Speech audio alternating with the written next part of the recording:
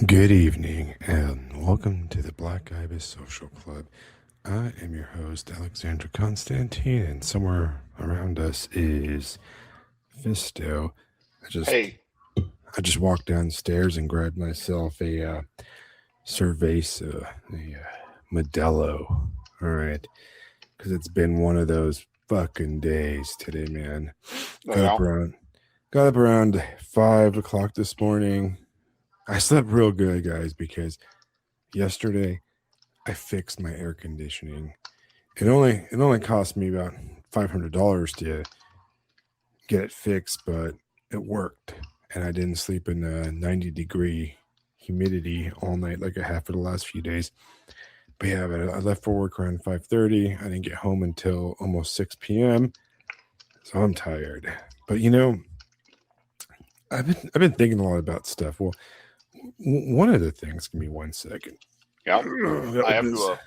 I have to apologize briefly. If it sounds like I'm smacking my mouth at any point, it's because I'm currently goofing down some peanut butter bread. Uh, my wife and I just got home from a Chamber of Commerce meeting, and I don't know if you saw my message, but I did see it. I did see it. Yeah. it's good. It's good that I left when I did because the Riz was beginning to flow, Too much and Riz.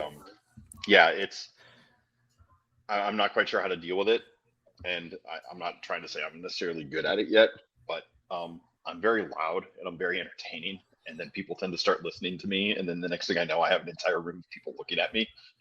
I'm just like, That's oh. funny. So maybe give it about 5 to 10 years, and but Um, I won't seek higher office until people are like, no, you need to. until So you need to. Well, yes, while I'm going to you wait for the accolades of the people, while you as have is your proper. your early you when you have your dinner, I'll fill I'm everyone content. in on everything. So Yeah, you can mute yourself if you want, and we'll catch up on stuff. So yeah, man. last week, last week Fisto was he was out of town on an adventure. Maybe he'll tell us about that or not. Um, and Lisa joined us. I just posted the episode. What's going to happen in the very future is that these live episodes, will continue to be on Thursdays from 7 to whenever we're done. And then I'm going to edit them over the weekend and put them out on, you know, I'm going to aim for Tuesday. Seems like a good day to put them out. The reason I don't want to put them out on Fridays is because Fridays is kind of a crappy day for a podcast release. Everybody's If you're at work, you're scrambling to get everything done for the week before the weekend, and if it gets released, you're probably not going to listen to it, and then you're going to forget about it on Monday, by Monday. So I think that Tuesday is a good release for an episode date. So what we're going to do is we're going to do the live streams on Thursdays and then release them on Tuesday. I think that's a good plan. So I was behind my own just decided schedule. So I just released the episode with Lisa from last week Yeah, good this stuff. morning at 6 a.m. And it was really good. It's about books and stuff. It's about the idea of the novel. For you guys that were here, and then also I was on a guest. All right, on a podcast over the weekend, our friend's podcast, and we talked about um, Southern agrarianism and the art and Southern art, and it was really good, man. If you guys got a chance to listen, did you listen to that one, Fisto? Did you get a I catch it? did. I did. I enjoyed it very much. Um, it was very funny because you began speaking about weightlifting right as I was engaging in my secret project, and I found the irony or the timing to be very interesting. To Uh, get swole. yeah, but it does. But it does illustrate something I've been thinking a lot about over this summer. I came into this summer wanting to do a bunch of different things, and most of June I have not done those things whatsoever. I've been spending a lot of time. Well, all of my time has been spent hanging around the house, doing chores around the house, reading the Gospel of John, and weightlifting. That's all I've been doing. And I realize that that's fine, that that's good, that that is There's a reason I think that this is what I've been doing. It relates to that note I had a while back about gluttony, where Right. a lot of us think of gluttony correctly, I think, as overdoing it or overeating or overconsuming. But overemphasizing your preferences can be a form of gluttony. I have to have it just right. I have to have it just so. The toast has to be toasted in just such a manner, or I'll throw it in the trash. That's gluttony, 100%. So, Right. yeah. Well, Yeah, no. I've been All of this is just to say that that episode is not only timely, but it was really good. It was really good to hear you guys talk about that kind of stuff, about art and leisure and the actual purpose of beauty. well, and then also, unlike these live streams, which are more kind of casual, well, not always casual, but I like to think of the Black Ibis Social Club as the coziest intellectual cozy space on Substack. I don't think anywhere else you'll just get a place where we just have a conversation about Yeah. whatever pops to our mind. So in a way, I try not to hyper structure it. If you guys see our note taking process, it usually is a 5-minute back and forth on Telegram, midday, the day of, and or throughout the week. We're like, hey man, how about this? And like we send each other an article, and then I am thinking about Regina George, so I decided to make a graphic with Regina George from Mean Girls, which, by the way, I think Regina George is the victim of that movie. She's actually the hero. The villain is the other girl. But that's a different Yeah, topic. I can see that. Before you get too into Bean Girls, I wanna run something by you. I don't really want to talk So, about Mean Girls. I just wanted to look oh, at okay, Regina okay. George. Well, some of the people that I was speaking to tonight, the topic of my podcast came up because I had to get going, and they asked me what it was, and I shared, and they're like, "What is it about?" I'm like, "So I want to see what you think of this. This is what I came up with." I said, "Well, it's with my buddy Alex.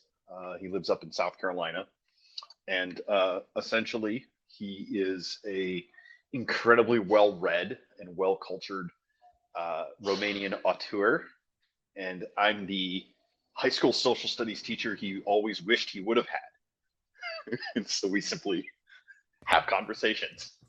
That's perfect. That's exactly what it is. I thought it was pretty good. Right. It's amazing. And that's Yeah. true. And like I'm really glad you brought up the whole gluttony thing, because I've been dealing with some pride lately.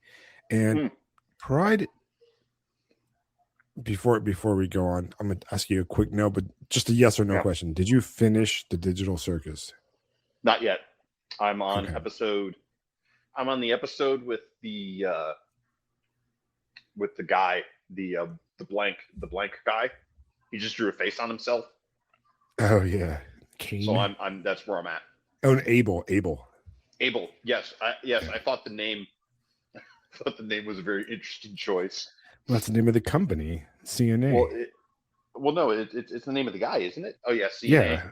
Oh yeah. But CNA, but I mean, C is the name of everything, like all the company, like logos and stuff that you see in the backgrounds. Yeah, but Cain also and Abel. Right. Oh, geez, I hadn't even put that together. I'm so dumb. Just Abel itself was enough to spook me a little bit. I didn't even think of the first one. Nice. It's such a great show. Well, a lot of it has to deal with pride, and I've been thinking about pride because, so if you guys know my background, spent a long time in the military, and while I was never, sorry, give me a second. Yep. I'm trying to pound this beer. What's up, gang, Colton? Well, I was never like some special operator, Navy SEAL guy or anything like that. It's pretty cool. All right, I spent a lot of time with the infantry. I was with the tip of the spear, the balls of the Corps, 1st Marine Division 3-1. I deployed to the surge to Afghanistan, to Helmand Province. Got all my ribbons, got all my cool stuff. And then I spent a lot of time. I completed a lot of really, really difficult programs that have a very, very low success rate or, graduation rate. I spent a lot of time kind of on my own all over the South Pacific, different jungles and stuff, doing all kinds of crazy stuff. So I used to be a pretty fit guy, you know, and the older I got, especially with my injury that I just had a surgery for, I was in a Mhm. lot of pain. I was in a lot of pain, you know, and I've told you guys a lot of times I've been in a lot of pain. And during that time that I was in a lot of pain, one of the only like pain medications that worked was Zoloft, right? Which is it's an antidepressant. And the idea is that it works for neuropathic pain. It actually gets rid of, I think it just makes you forget that you're in constant pain, right? And a good way to describe the pain I used to have before the surgery was that at a standard, like everyday, like baseline, it always felt like I was wearing a backpack filled with weights, like just constantly wearing it, and it was always heavier on the right side. And eventually I would just have like shooting pain and numbness, like, like somebody was giving me a kind of an Indian burn up and down my arm and shoulder. Now it's pretty mostly gone. Now I just have a lot of like post-surgical pain and a lot of surgeries and stuff. But in the 2 years, I took the Zoloft for a little bit and it made me fat. It just made me gain like 20 to 25 pounds. And the closer and closer I got to the surgery, the less I could work out. I mean, I'm talking about where I could run, I could run a mile and a half, 2 miles in, under 15 minutes, 16 minutes or so for 2 miles. And I could bench press a bunch. I could, do pretty fit. I could hike for days and days, basically without stopping, without tiny breaks. And I went to just getting a bunch of weight and kind of getting out of shape. And it's so easy to just get out of shape when you're just not focusing and your body's inflamed and in pain. So I cold turkey quit the pain medication because I was like, I'm not going to get fat. I'm not going to accept that. Yeah. But over the last year, as I was getting near and near to surgery, I just did not do a lot. Like I just couldn't do it. I couldn't run. Just running was excruciating. Doing any of that stuff was excruciating. So I kind of avoided getting super fat by just living off of Zins basically, and the nicotine kept me from absorbing calories. And fine, no, and I'm being honest. Like I think nicotine saved me a lot. And then finally, after getting the surgery, though, I realized how out of shape I've become, and I started doing physical therapy. And my physical therapist, she's really cool.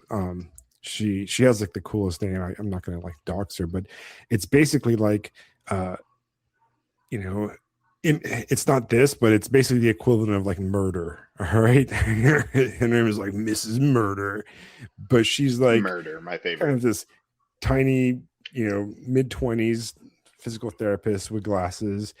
And man, she's been kicking my ass. Okay. All right. Like, and the first day I did it, she's like, Hero, here's this, like, one of those, like, those little like pink weights you see like a Target or Walmart that, like, old women buy for aerobics. I'm talking about like with like the little rubber stuff. She's like, oh, take this and do this. She goes, you Okay. can go up if you want. You can go up and wait if you want. And I'm like, yeah, of course I'm gonna go up and wait. I'm gonna go to like the 25, minimum or whatever, right? Yeah, Hmm. no, dog. No. I'm so badly like the surgery, like just dude, I'm so it's like in Dungeons and Dragons when like the rust monster kills your, or the Yeah. the wraiths, they suck your Yeah. levels up. That's me, man. I Yeah. got wraithed.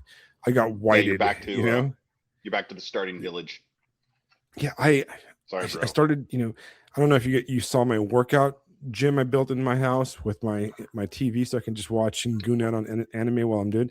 So I'm trying Hmm. to like do 45 minutes an hour of incline treadmill walking every single day. And I'm starting to Hmm. bench press. I'm hitting the kettlebells again, but man, I went to go bench press and I could barely push the bar up, man. Like I'm like, what? How did this happen?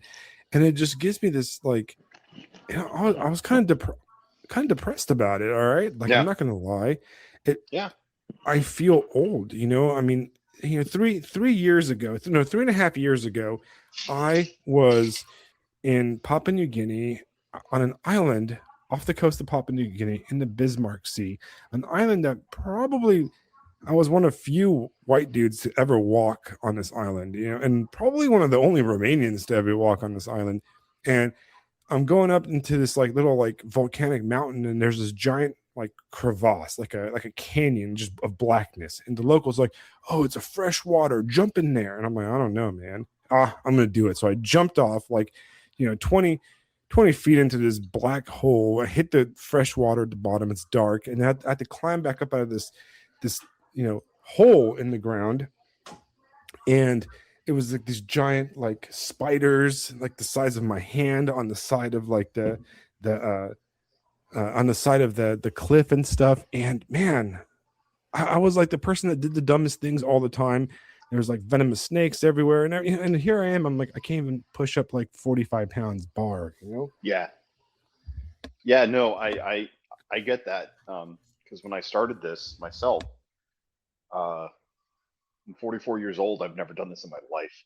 Never. And yeah, like, holy shit, I'm weak. And it's okay. It's fine. The iron doesn't lie, man. All right. We just take our bodies for granted, though. Yeah, we really do. It's refreshingly. It's refreshing. I think my years of dealing with the chronic pain from type 1 diabetes prepared me. Right, the pain doesn't bother me. I actually really enjoy the pain. So it's just, right. I suck. I had to get my blood sugar down from 400. So it's the same thing. I just gotta stay at it every day or every other day and just keep trucking. And the more I suck, it's like, well, I'll just get better. Just get, as long as I keep improving. Right. I guess it's it's a little step at a time, one step at a time. Yeah, it's and it's hard to be like, I've done all this crazy stuff, and then it's here I am. I think you're probably at a place where I was when I first got sick, and it's staring up at my hospital bed, going, "Holy fuck, I'm dying." And you have that moment. You just have that moment. It's humbling, man. It is. Yeah, it's humbling because I'm like, 100%, yesterday, my daughter started playing basketball. It's like a little, 8-year-old like league around here, and their summer league. And we bounced a ball around the neighborhood, and we went to like the school behind our neighborhood and started like shooting hoops, and dude, like after like 2 layups, I was like just winded. I was like, what the hell? I used to be able to, 3-4 years ago, I'd be able to like party till the break of dawn, or I could climb, I think 4 years ago, I basically ran up the side of a cliff, like on a switchbacks by myself in the morning, like almost every Sunday, or like, for 3-4 hours straight of just like up and down switchbacks. And now I'm just like, I can't bounce a ball with my 8-year-old. And I'm just, surgery, like major surgery takes a lot out of you, and it's, yes. Oh yeah, it's rough. And I'm like, I'm just frustrated, so I feel like, I just feel like, because of the way I feel, and there's a point to all this where I'm bringing this up. Because of the way I feel like I don't really give a shit about a lot of things, I started listening to a podcast that I really like. I really enjoy. I've always listened to this podcast, and the topic was some news stuff, and I'm just like, I just turned it off. I'm like, I don't care. I don't want to hear about it anymore. Can I give you a bit? Can I give you a bit of advice? Yeah. Watch for the chip on your shoulder. I don't know if you'll get that, but if you're anything like me, after I got sick, I got an incredibly nasty chip on my shoulder, and I did a lot of damage with that chip. So just, keep your eyes open. Keep your ears I've already noticed it. I've already noticed it. It's completely understandable. It's completely reasonable. I mean, it's you almost fucking die. Of course, you're gonna have a bit of chip on your shoulder. You just cruise along like it's great, and then you get your. I definitely lost my temper. And was a little bit meaner than I should have been to people that didn't deserve my. I caught myself sometimes, like I caught myself recently. Not caught myself. Actually, like I did it in 2 different occasions where I was kind of cruel for no reason in arguments, where like it should have been like a kind of a back and forth that should have been kind of casual and friendly, and I just went for the jugular, or I reacted like, the person was using blanks, and I pulled out a 50 cal basically, and it was it was Boom. unnecessary. Like it was cruel Yes. to be like it was an overload, Yeah. and I've sent some apology texts Good. and stuff like that. Good. And it's rough because I'm just like, I'm frustrated Yeah. and I feel like low energy. And then Well, of course you're I also quit, like, I quit Zins, I quit all nicotine, and that's kind of irritating the shit out of me, to be honest. yeah, So no I'm like doubt. No highly doubt. irritable. Yeah. Like my brain is a lot clearer though. I've gotten past the nicotine brain fog time, so I'm feeling a lot more energetic, Nice. which is good. I've noticed that. Like a friend of mine at work asked me, like, "So how you feeling? Like, are you past that fog?" And I'm like, actually, yeah, I haven't been taking like daily naps anymore like I was, but I'm definitely. Nice. There's just been like a series of small irritations, like my air Hmm. conditioning crapping out on me, and basically I had a choice of like, I can put some money into it and hopefully the patches hold for $400, or I just buy a new one for like 10 grand. And I'm like, yeah, dude, I don't have the $400. I have to put that on a credit card. So I'm just like, oh, and then it's just Yeah. a series of small irritations. Like I have to work on 4th of July, which I didn't think I had to. And just kind of a series of little things like Yeah. that just Well, are adding up. But you're right. Like I have to avoid the chip. yeah, that's the gluttony. I want to talk on that for a second, but before I do want to say that if you're apologizing, good, because I never did that. I took the Barrett out and double tapped it. Did not give a Right. shit. And Sometimes I mean, that was me when I was younger, to be honest. yeah, I'm yeah. older now. So um, yeah, don't if you pull the Barrett out, which you will, just make sure you apologize because that was something I didn't do. So you're already ahead of where I was. Yeah, I'm taking back some of those. Isaiah could tell you about one in particular. Whew, double barreled Barrett on that guy, and it happened. It is what it is. But The worst thing is that yeah, I do that kind of shit to my own friends, and then I feel oh yeah, feel yeah, bad about it right yeah, away. exactly. Yeah, just say, hey, I'm retarded. I apologize. Forgive me. That's And fair. If it's good that if you're it's the people that I'm apologizing on live on the air right now, and I hopefully you read the text messages nice. if you're listening, because I'm a total asshole. Okay, Yeah. I'll admit it. Well, All it's a right, good thing. It's a good thing that we're back at church because imagine how much harder this would be.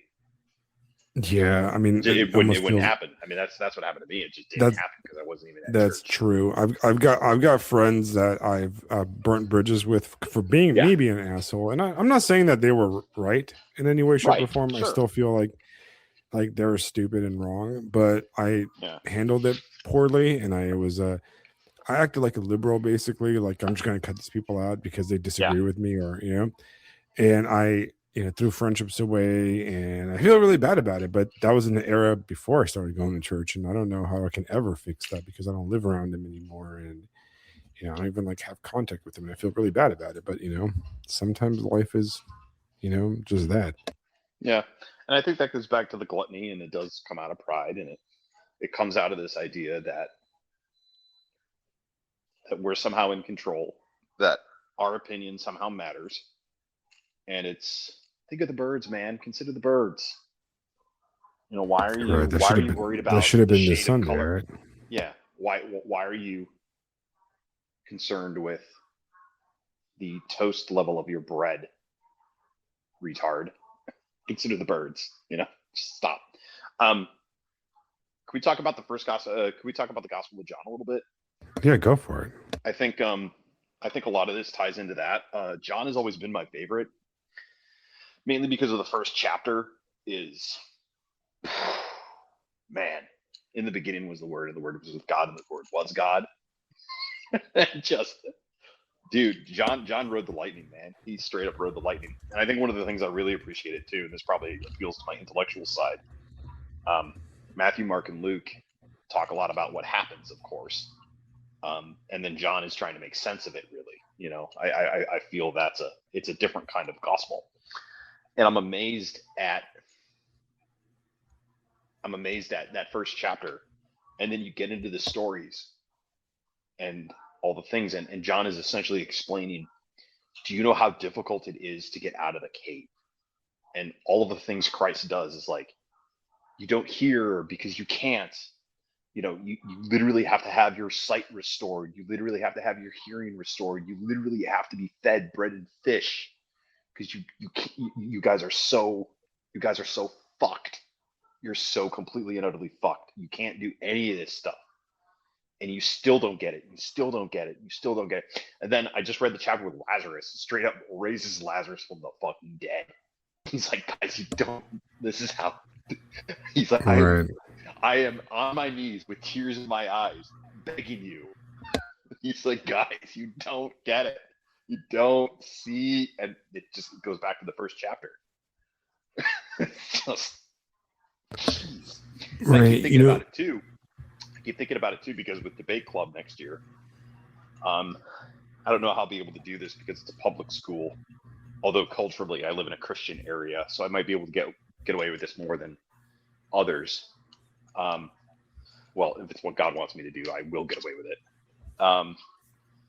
But the idea that like, I was telling kids last year, I'm like, guys, I don't want argument club. I want debate club. I don't want to just listen to arguments. I want debate. And the Gospel of John is, you have to start somewhere, guys. You have to have a foundation. You have to have first principles.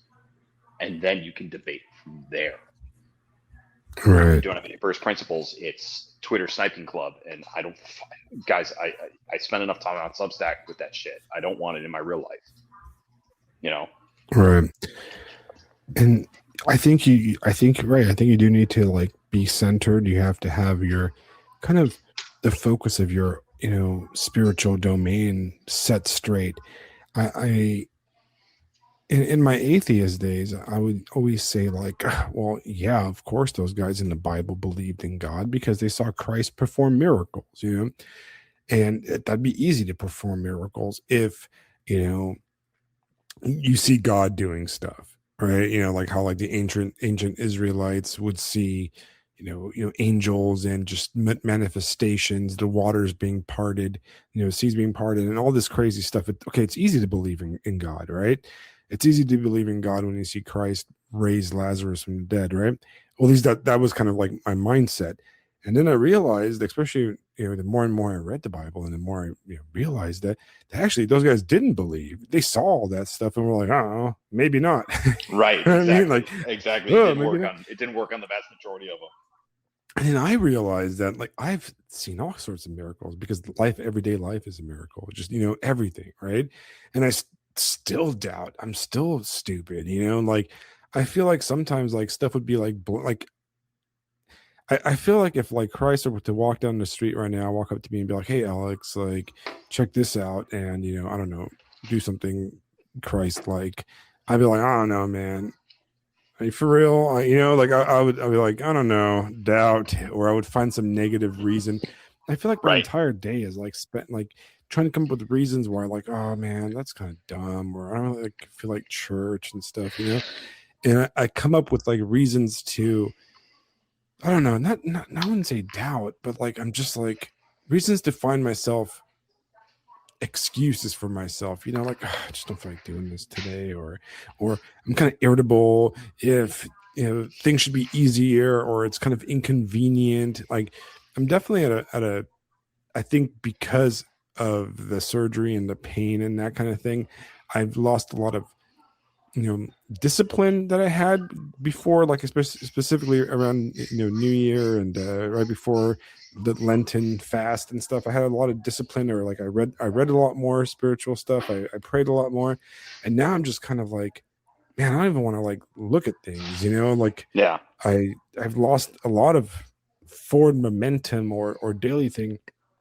And then I have to tell myself that it's not about like accomplishing a mission or completing so many prayers a day, or doing this, or being perfectly on time at Vespers, or even going to Vespers and all this stuff. It's just a slow progress, a slow kind of change in your mindset. And that's what working out is like too, right? It's supposed to be like, well, I ran today, I might not do it tomorrow, but at least I did it today, Right. I think this relates to a thought I had earlier today, uh, and it comes from a conversation that I had earlier this year with one of my co-teachers, and he was asking me about why I think there's a God, and I said, "There's no argument that will convince you. There's no argument that convinced me. Um, it's you know, we know each other. You know that I'm real. I know that you're real. We know each other. You know, why do you believe God exists? Because I think I've actually kind of met him. You know, I wouldn't claim to have any kind of expert opinion or any kind of expert knowledge of the matter, but I do feel, I do sense, I do think, I especially over the past 5 or 6 years, I'm in the position I'm in right now because of a flat tire. I mean, what the fuck is up with that, man? What the Right. hell? Right. All of this can be brought back to a single nail in a tire, and it's all worked out. And those kinds of things keep happening. And it's not that I'm special. It's not any of that. It's it's like in John, you know, the mud is on the eyes and it's washed out. Okay, now go wash off, and hey, guess what? You can see now. Congratulations. You know, it's like what you said with the people in John, like they're in the Bible, they're not convinced by these signs and these miracles and these. That's how blind we all are. That's how blind we are. It's like I said, Right. the depthness of your fucked is, oh. But I think about conversations I'll have in the future, or I think about the kind of things that kids have asked me, especially students, and I want to be able to be honest with them. And I guess when it comes to like theology and religion and stuff like that, I'd just be like, well, if Christ is God and everything in the Bible is true, then um, Lord have mercy, and you'll find out. Ask. If it's not true and it's all false and it's all fake, then there's no harm in it. But if it is true, well, ask him, because that's all Right. I've tried to do. Right. It's kind. I don't know, man. It's deeply humbling. It feels weird to even be talking about this stuff, but I look over, the breadth of my life, or the breadth of my decades, and you're right. It's like weightlifting. It's just a slowly a little bit here, a little bit here, a forward little, and step. it's slow. I think that's what a lot of us, especially Americans, I think a lot of Americans struggle with this. I know I do. Shit. I mean, I'm the son of pilgrims. You know what I mean? Like now, go, work, and it's Right. go, and it's stop. No, the sheer amount of Right. things we have to unlearn first. That's what a lot of it And is. and it's very interesting. It's very interesting because it's like you mix all this stuff, like kind of like a Yeah. newfound kind of a newfound realization of my I don't know, maybe I just realized I'm 40. It's kind of like a scary thing, right? I like I'm just like, oh man, it sounds okay. Like to a younger man, to even me, like 4 or 5 years ago, the idea it would be like ludicrous, like I'm immortal, Yeah. basically, And now after the last few months, I'm like, oh crap, I'm like middle aged now, like Yeah. I'm like, oh, Yeah. and When I turned it's 40, there it's was definitely a scary, moment of, huh, I'm 40. How did that happen? right? I should How probably did that stop fucking happen? Where around. well, it's was oh man, this is kind of like depressing in a way. First of all, I think a lot about friends I've had, and people I've been friends, like close friends, girls I've dated, girls I've dated, uh, friends I've gotten drunk with, or all the fun stuff, right? And I realized recently that some of these people I'll never see again. Yeah. I think of some of these friends, like, good friends from like elementary school, guys I used to play Dungeons and Dragons with. And I'm like, wow, I live across the country from them. I live in a different country from a lot of them. Yeah. I might never see some of these guys again. My buddy Z that I used to spend every day with, every single day, we from fourth grade all the way. Really, we stayed friends well into my 30s. I might not see him again ever. And I have so many memories of him growing up with me and my brother and his stepdad and his mom. And one of the craziest things I was thinking the other day is, well, shit, his stepdad and his mom are dead. I'll never Mm. see him again. And like, I have all these memories of going to Las Vegas with them and drinking with them and stuff, like in my early 20s.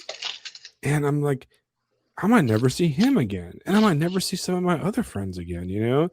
Like, crap, I might never see some of my family members again because, stuff happens. Like, Yeah. and when you're younger, you don't think like that.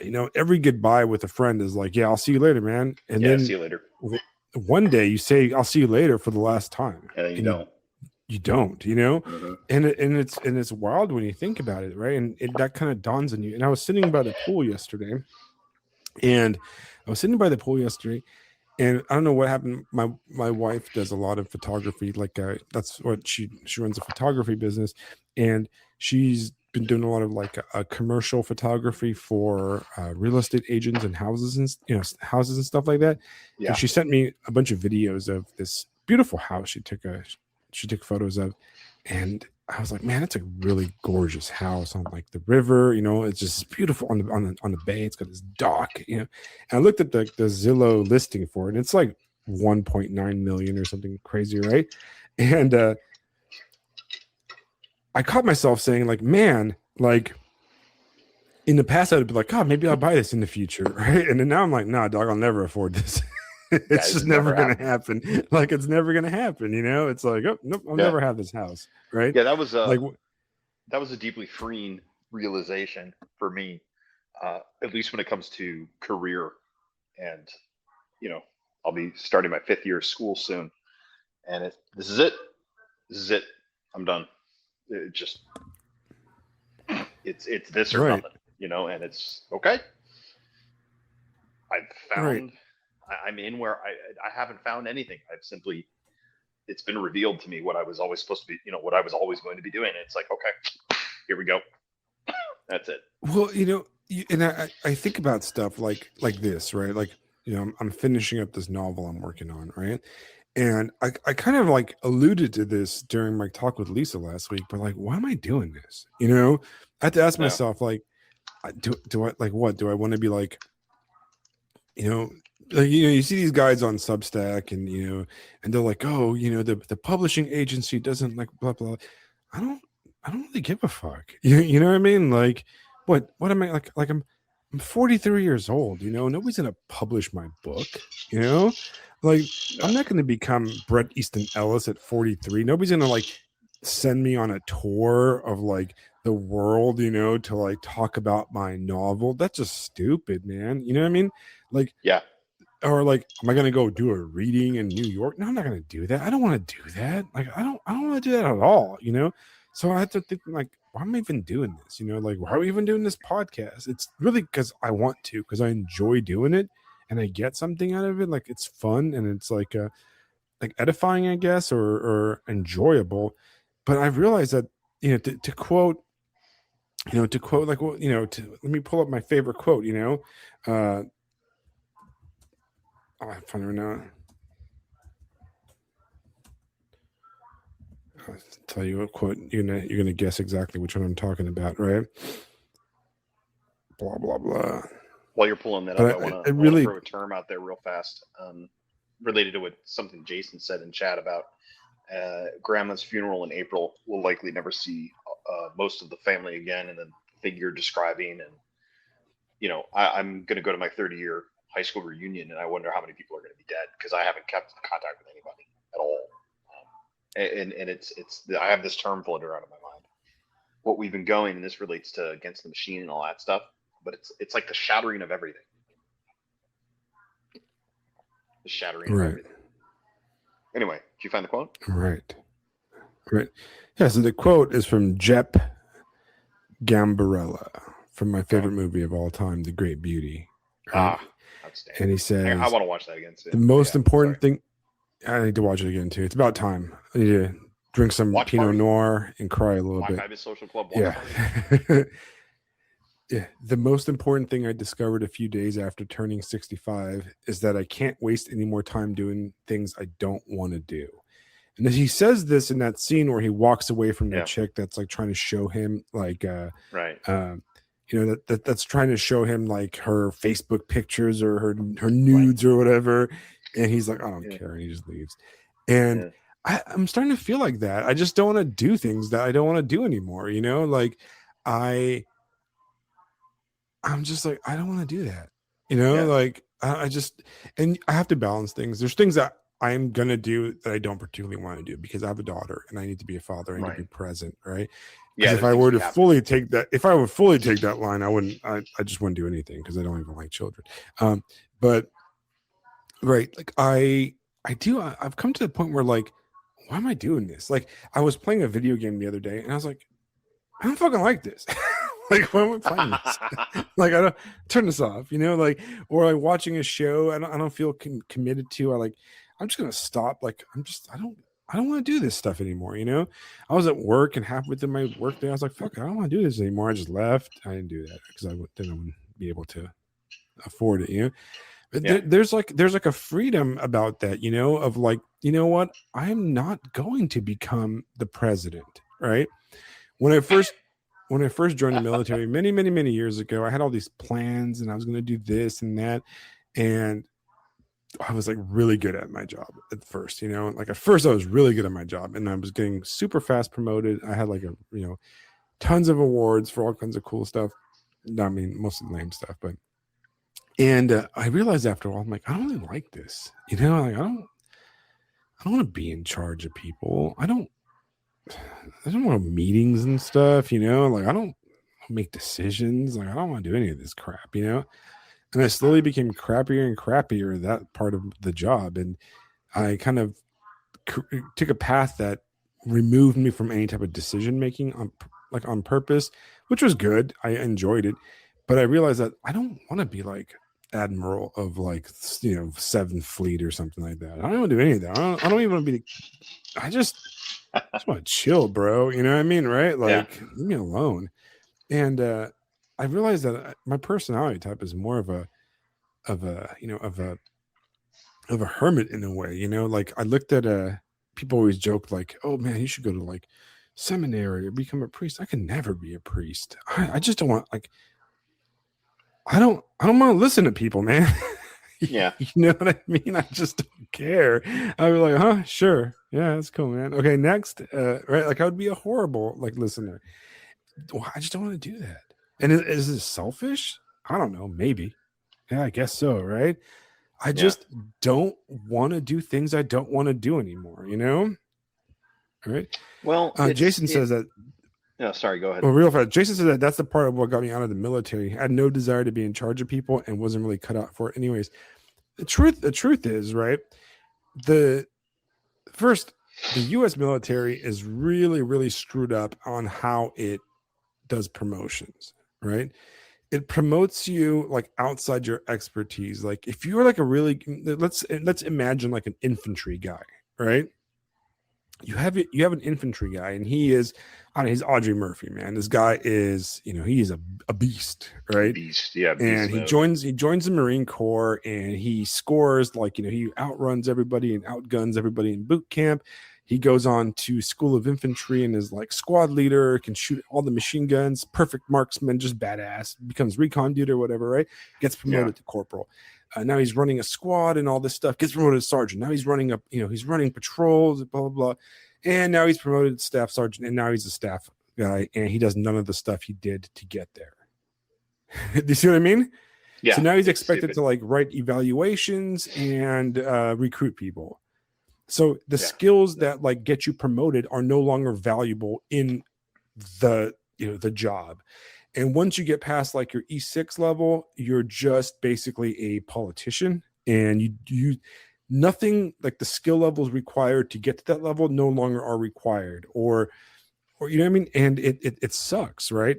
And it's the Peter principle to a certain degree. Like in my job, I was medical. I started off as a combat, like a Fleet Marine Force corpsman, and really good at the medical side. And you see that in a lot of people, really good at the medical side, really good at the combat side, and you get promoted and you hit this level where you're expected to just be an administrator. And you're like, I don't fucking want to do that. I didn't sign up to do this.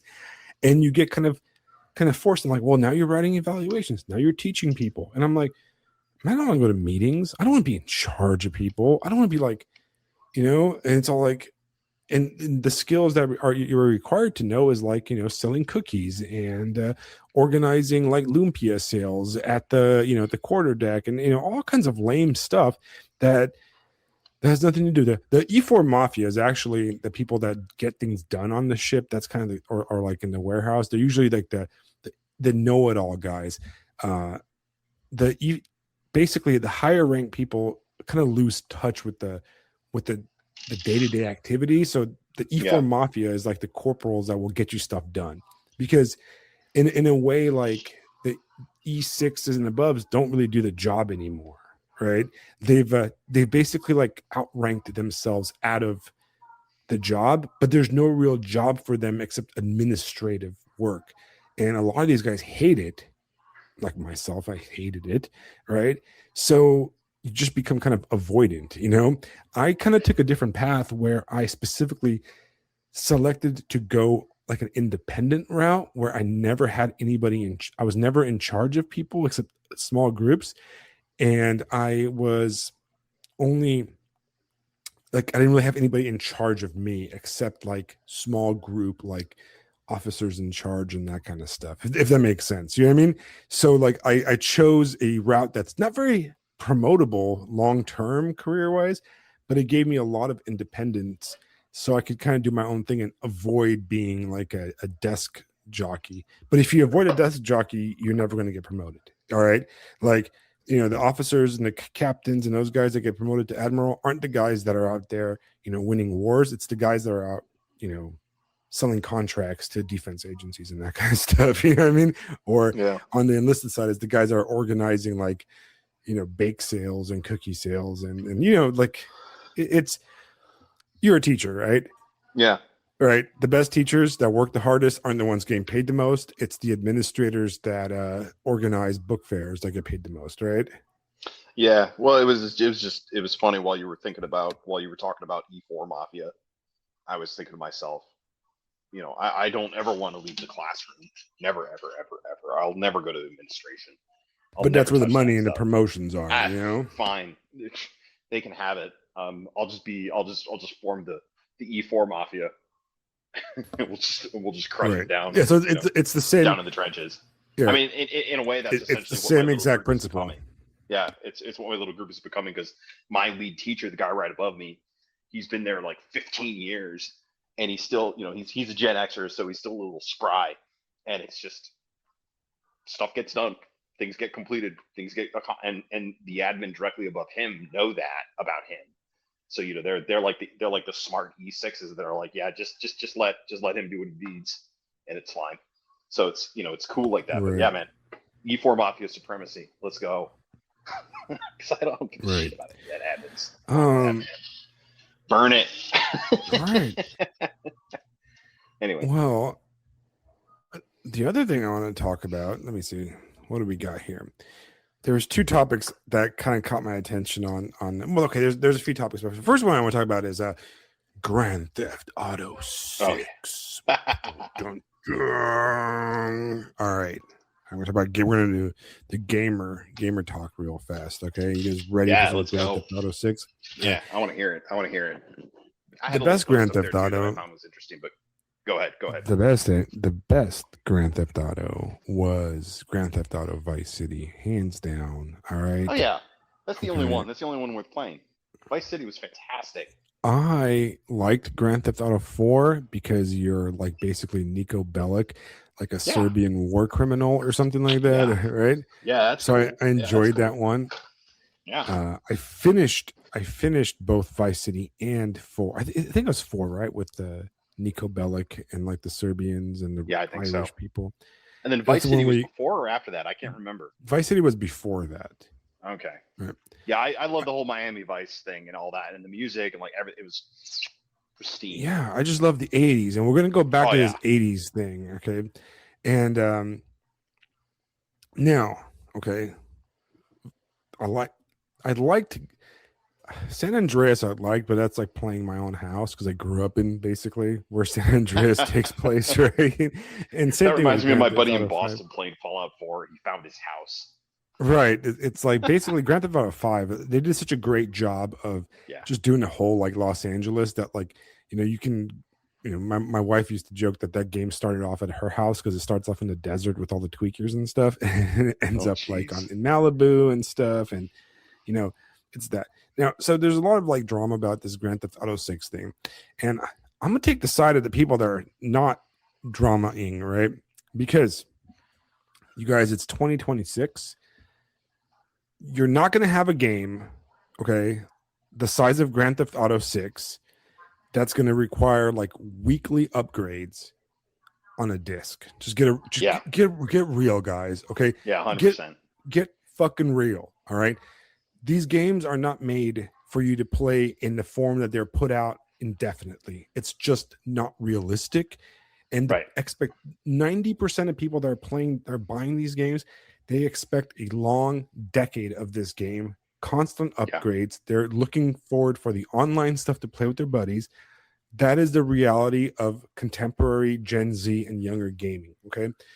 They want a giant city that they can play around with their friends. They care about, I don't know if you guys know, but Grand Theft Auto 5, there's a huge like culture of YouTube videos and Twitch streamers and YouTube streamers and stuff. My daughter, who's 8 years old, watches.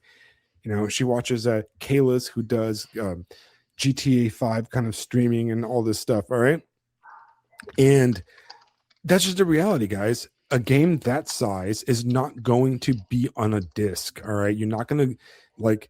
It's just not. It's not how it's going to happen. All right, and that's not the expectation most people have. So the reality is, if you were to get a disc and put it in your, I don't know, your Xbox or your PlayStation, a week later you're going to have an upgrade. Okay, okay. Colton Scott said there's a movement called Stop Killing Games or something protesting the loss of ownership. I read about the whole Stop Killing Games things, and it's retarded. Okay, and the whole theory behind it is that like there's games that are live service games that eventually will not work, right? Because the company no longer supports it, right? Well, all of us growing up wanted the games where, oh man, it's just going to be like a never ending world, right? Like Right.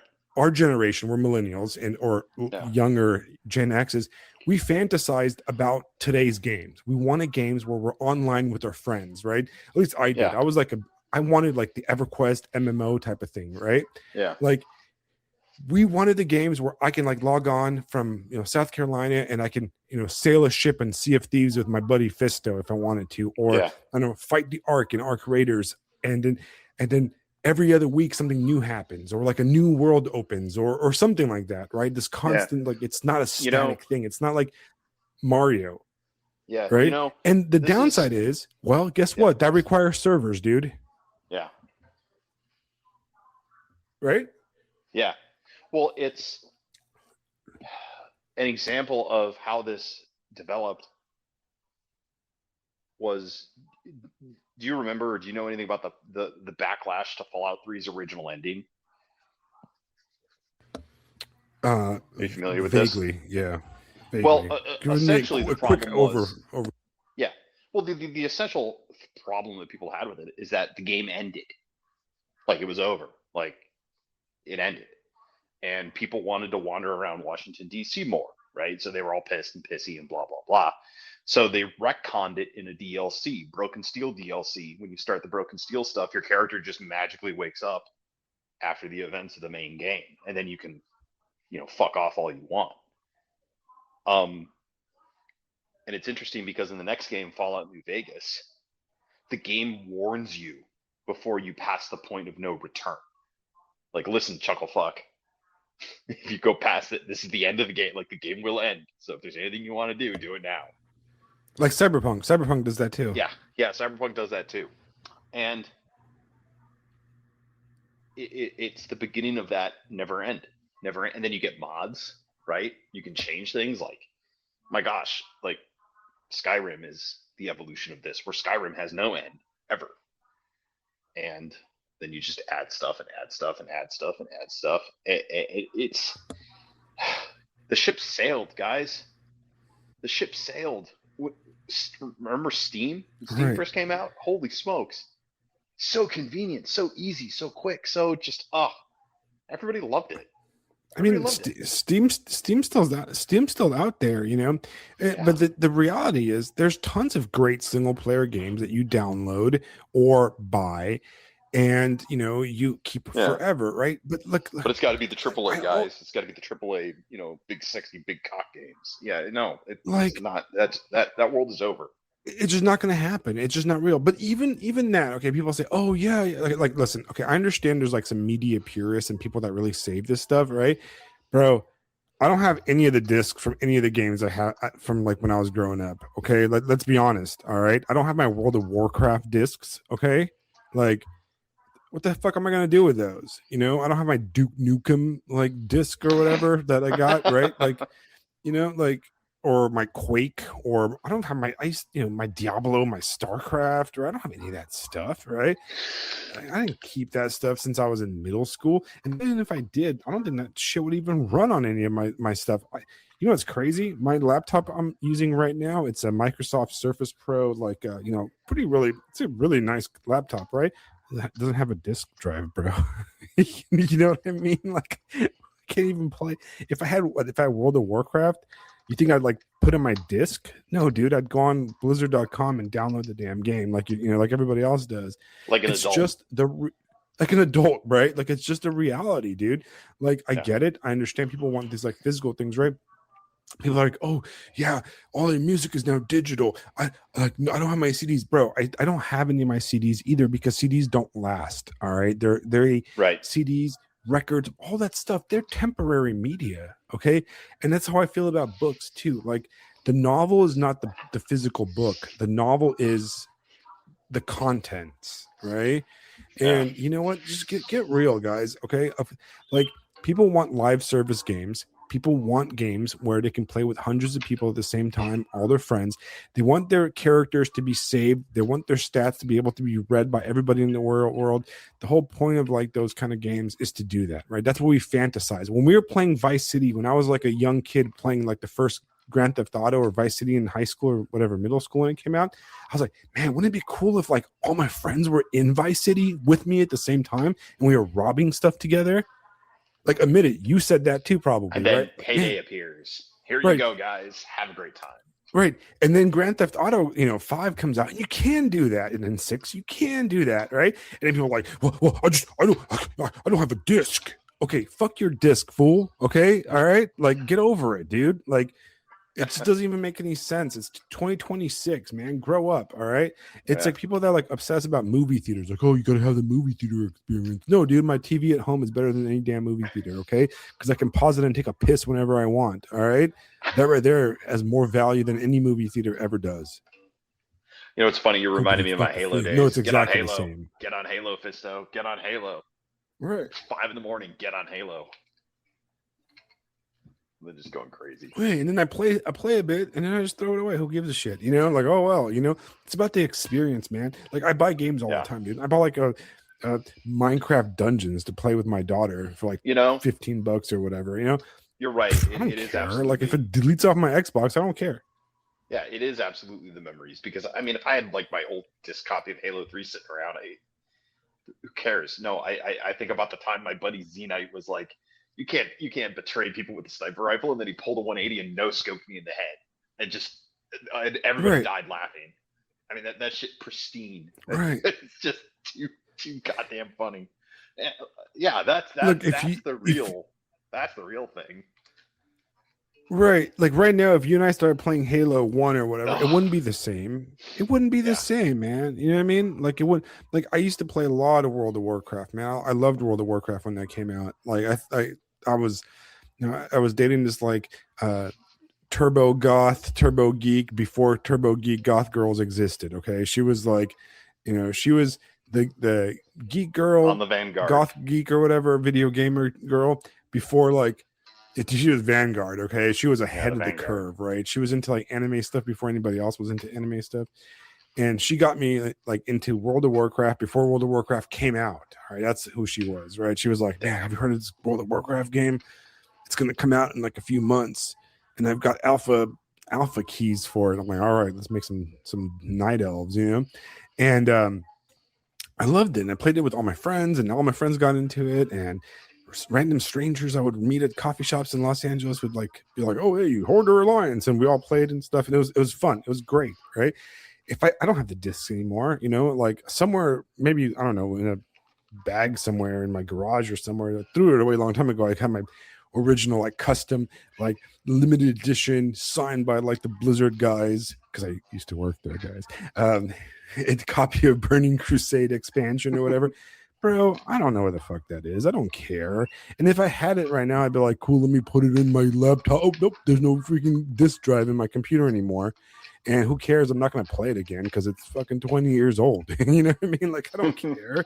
Right? Like, just it's just the reality of it, man. Like we dreamt of having these huge computer games or Xbox games where we could play instantly with any of our friends. Dude, how cool is it that right now, like this is, let me guys tell you a good gaming story, right? So my work buddies and I started playing Sea of Thieves, all right? Again, Mm. right? It's not a great game, but it's really fun, right? And 2 days ago, my daughter goes off to her dance classes, and her her basketball practice. I've got like 3 hours to myself, right? Because my wife takes through those. And one of my work buddies in our work group chat is like, "I yearn for the sea." And I'm like, "Let's go Oh no. on the galleon."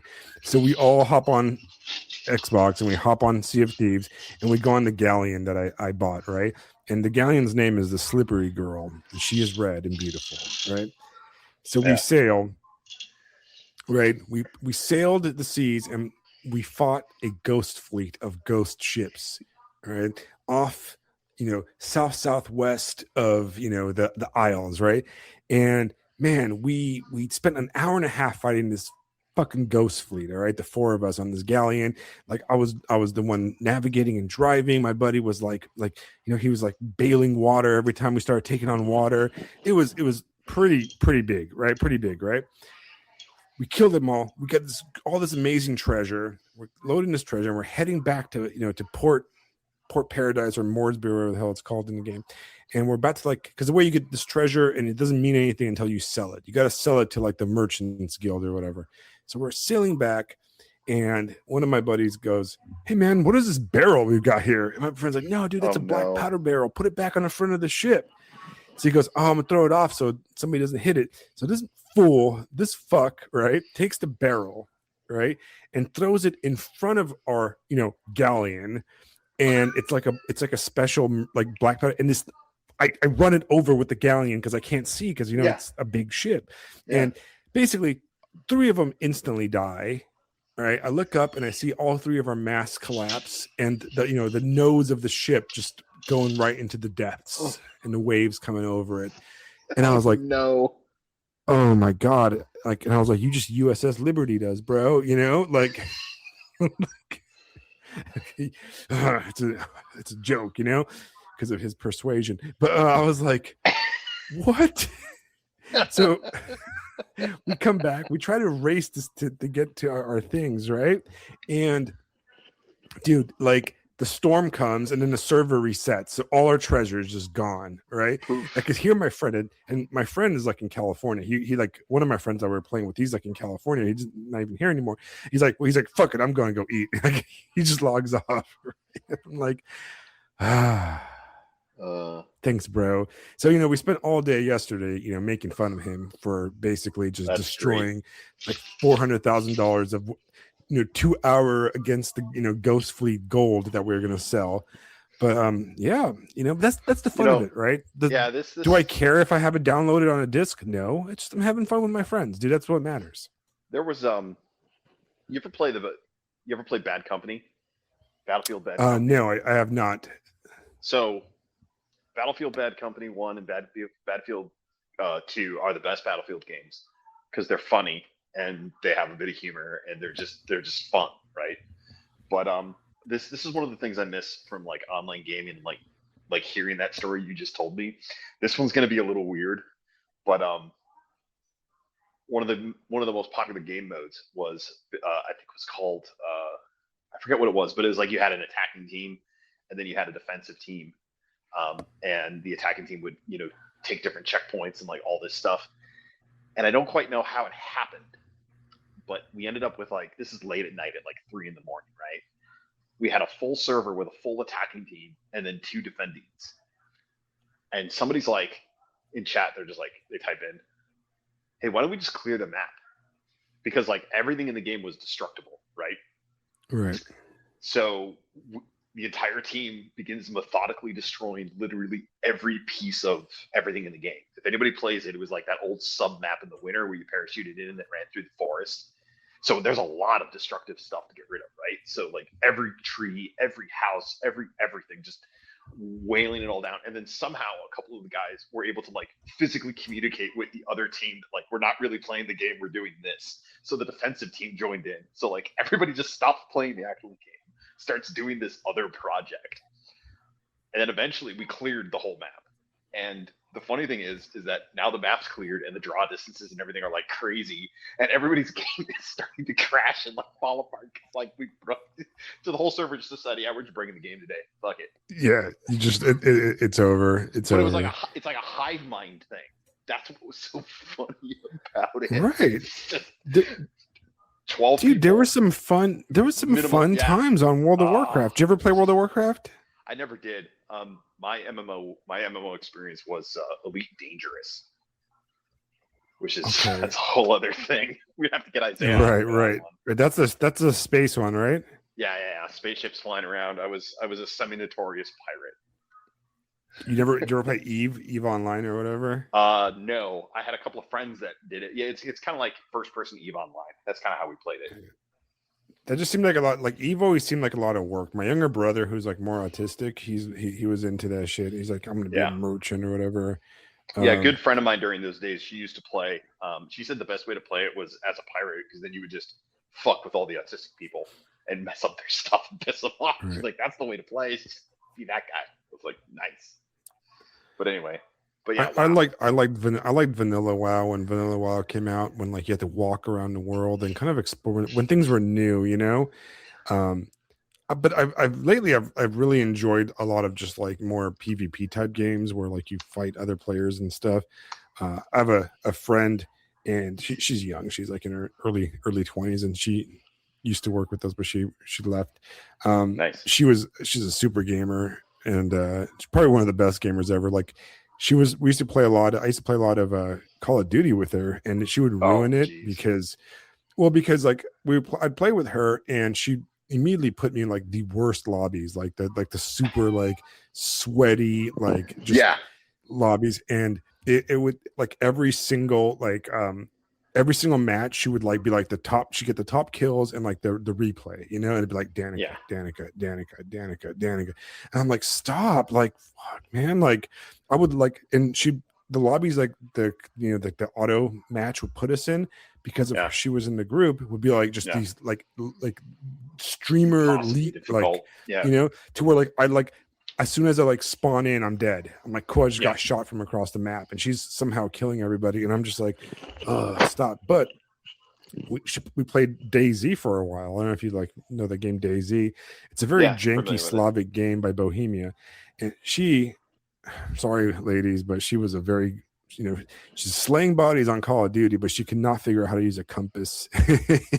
Come across. DayZ does this annoying thing where if you log on with your friends, it doesn't tell you where your friends are, and you log on randomly on this giant map where almost all the stuff is in like Cyrillic, and you don't have a map, and you have to kind of figure out where everybody is based on like, it's you know, next to the water tower and the squirrely thing, you know.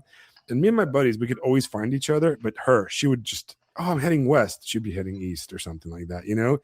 And after 2 hours of like she would finally find us, men and women. Yeah, she would find us, and she would be like starving, would have like a disease, and like be on like the brink of dying constantly, and it'd be like, oh wait, she died, we're starting this whole mess again.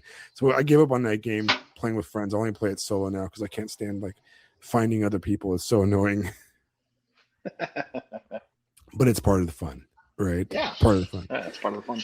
Which makes me think, Part you of the know, fun. like there was an era in my life where we used to go down to 4th Street, Long Beach, right? Which was like the hipster era, right? It was the 2000s, and all the skater bars and the hipster bars and the flannel bars with all the craft beer and the dollar PBRs and paper bags and stuff. That was where the spot you'd go to, you know.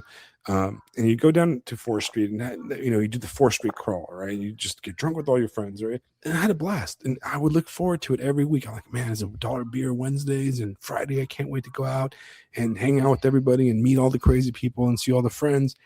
And I used to do that, and sometimes many years later, I'm like, man, I really miss 4th Street. I really miss this bar, and I really miss that. And you come to the realization that you can't go back. All right. There's no going back. Like, yes, I could physically go back there and go to those bars, but I'm 43. I would not be having any of the fun I had before. Yeah. Right. Well, it'd be kind of sad if I try to go, you know. That would be deeply sad. Yeah. I might actually quit the podcast if you try to go back. Right. If I go and like, you know, I'm out. Just no. Right. Done. It would be really sad. But also, like, because happiness is not just a place, it's a time in a place, right? It's being in the right time, you know, it's like the right time, the right place with the right people, right? That's why, like, things like, that's why I don't care about like, oh, I don't own the disc or I don't own the book, because it doesn't matter, you know, because you know what you own, what you really own, what really matters, the only thing you truly own is the experience, right? Yeah. Like, the thing that I will just always own is, playing Mortal Kombat with my friends, you know, on my friend's like crappy carpeted floor in 1995 or whatever on Super Nintendo with like the blood code that we turned on, you know what I mean? Or, you know, playing Magic the Gathering Ice Age when that came out, you know, like in the stairwell of our apartment building on the ground away from everybody, you know, on like our little mats that we made, you know, before like that stuff was cool. So it's these memories that you own. It's these experiences that you own, you know, not the actual material thing. And that's why I guess I get so like uninterested in these kind of conversations. I don't care if I'm only borrowing, you know, this thing from the company. If I'm having fun doing it, well, that's fine, you know, because you know what, I'm only borrowing my house, I'm only borrowing this life, you know, I'm only gonna be here right, you know what I mean? Like, I don't mean to alarm you on what are you gonna do, bro? Like, what are you gonna do? You're gonna die and take your copy of Grand Theft Auto 6 with you in your fucking pyramid tomb, you know? Come on, who cares, right? Like, how many years are you gonna play Grand Theft Auto? You know, like, get over yourself, dude. You know, like, who cares? Like, I don't know. Am I being wrong? Am I being like, oh, I'm anti-consumerist or whatever? Yeah. Right? That's why I don't care about my books. You know, like, whatever, man. Like, you know, like, nobody's gonna care about your books. Like, nobody cares. Like nobody cares about any of your shit, man. You know what I mean? Like, it's all like, it's just all just dust in the wind, dude. You know, like, if you're like one of the 0.000000000000001 or whatever millionth of a person who, you know, who some archaeologist 10,000 years from now digs your ass up out of some bog or whatever, you know, and they'll probably just say you're gay anyways for having like your freaking Call of Duty disc or whatever, you know what I mean? Yes. Like, none of this shit matters, bro. All right. Yeah, they're gonna find that Arby and the Chief episode where he calls it Cock of Duty, Gay Modern, Fuck Stupid, and then they're gonna decide that you are there for gay. Because see, right, I'm gonna be buried. I'm gonna be buried with my Chainsaw Man collection. Okay, all right, and my free rent pillow. Get out of here, bro. Just get a life, dude. You know, like, nobody gives a shit. It's that's why I don't care about that argument. You know, I'm like, you know what, guys, I'm gonna pay $100 to play Grand Theft Auto. It's gonna be, you know, the reality is I don't care about the you know, that thing. What I really care about is it going to be any good? Because the Grand Theft Auto model and the Red Dead Redemption 2 model and the whole thing, it's kind of boring nowadays. Okay, this is the same problem with like Witcher 2. Is that, what am I going to do? Is it going to be another open world map where I go from place to place and I do things? I follow the map icon. I'm kind of bored of that Yeah, gameplay, how many right? times can you do that? Right. Like, am I going to drive? Like, it's going to be like, talk to this guy. He's going to tell me where to drive and do something. And I'm going to go drive, do something, hop in my car and drive somewhere else. Right. That's not really an exciting game anymore. Right. That's very 10 years ago. So that's really where Right. I'm curious to see how they've revolutionized that game. I'm expecting it to be more of an open world filled with mini games and a lot of like, it has to be multiplayer. The key has to be multiplayer because realistically, nobody wants to follow map markers anymore. Okay, nobody cares about that kind of stuff anymore. It's boring. It's a boring game loop. So yeah. Yeah. So the I want to say '90s one thing. guys. Oh, go ahead. Go Hold ahead. on. I want to say one thing about this because my initial take was not outside of the box that the article created, which I regret, but it does help me realize something. I think one of the key things with maybe not one of the key things, but I think an important thing to realize with this though is that what the author describes is the process of the machine grinding up, organic human cultures and then feeding it back to us as product. The problem is that he's worried about video games. He's not worried about his community, his family, his soul, his culture, all of the other things where ownership is being stripped away. It's like, like I made that joke earlier. Like, I'm just going to download the game and play it like an adult. I mean, this is what they're doing is they want to hold on to their, they want to hold on to their childhood toys and they themselves will have no progeny to give those things to. It's strange. It's Egyptian pharaohs with no children. Like, that's what it is. Right. But I think there is at least a And nugget of truth in there that, at least for me, like there's a lot of things where ownership is being taken away because we're, you'll eat the bugs right, and be happy. and that is true. That is true because I mean, and the reason I brought this game stuff up first is because it really ties into a lot of the 1990s nostalgia, right? And I'm like whether Xena was gay. What? I think Xena was gay. I think I felt like Xena was gay with Gabrielle. I like listen, okay. Gabrielle was one of my crushes when I was like in middle school or whatever. Well, And I wrote her as an NPC in all my Dungeons and Dragons games. Like, this is a true story. Like, I was thinking about it on my drive home from work today. I was like, Gabrielle, And then I looked up the actress, and she's like 59 years old, and she looks 59, and I was really depressed because then I felt old, and I wanted to crash my car, Careful, man. Careful. I mean, look. But Lucy Lawless. Is Xena gay? When I look at her, she's not gay. So there it is. She's just Greek. Somebody said that she's Greek. Don't worry about it. She's Greek. That was the best one. She's Greek. Like, she's probably doing it all. Don't worry about it. She's probably bi. She's a warrior princess. I mean, come on. Gabrielle's gay for sure. The question was Hercules. Remember, Hercules had the little sidekick guy with the curly hair. What was his name? I don't know. Do you guys remember that guy? That guy Kevin Sorbo's. Doesn't Kevin Sorbo kind of still just look like Kevin Sorbo? If I recall, or am I? Yeah, that dude was gay for sure. But I mean, like, he still just looks. He's still just everybody else is aged. It's still Sorbo's still 25 years old or whatever the hell. Lucy Lawless. Lucy Lawless. Played, she still looks pretty good. And if you guys remember, she was in Battlestar Galactica. She was a Cylon. Yeah. She was a bad guy in Battlestar Galactica, and that was pretty hot. I was kind of a fan of Cylon Lucy Lawless. But the 90s. You would have betrayed. Dude, the machines were right. The machines were right. The humans were annoying. Okay, like I'm sorry to say that. Okay, whatever. Like, and she was in Spartacus too. She was. I'll just make like a Dom and get ready to nuke the planet. Just whatever. She was so good in Spartacus. Actually, she made that show, in my opinion. Just because sorry guys, I'm gonna go goon real fast. Like the 90s. The 90s were not that great, guys. I'm just not a 90s appreciator. All right. I'm sorry. I will not. Look, first of all, nobody can accuse me of being a bandwagon 90s hater because I've noticed that there's some people agreeing with me, and they're like, "Oh, Alex, you hopped on the '90s hate." No, no, no, no, no, no, no, no, no, no, no, no. If you go to Black Ibis Social Club archives and go to episode 1, the first numbered episode of the entire show over 3 years ago, the first episode was with the author Alexander Helene. And what we did talk about was how much I hate the 90s and how much I find the whole thing stupid that people like try to hype up 90s nostalgia. Episode 1. So this podcast, per me, has been a 90s hating podcast since motherfucking day one. All right. I'm sure you listened to that episode because obviously you're here, right?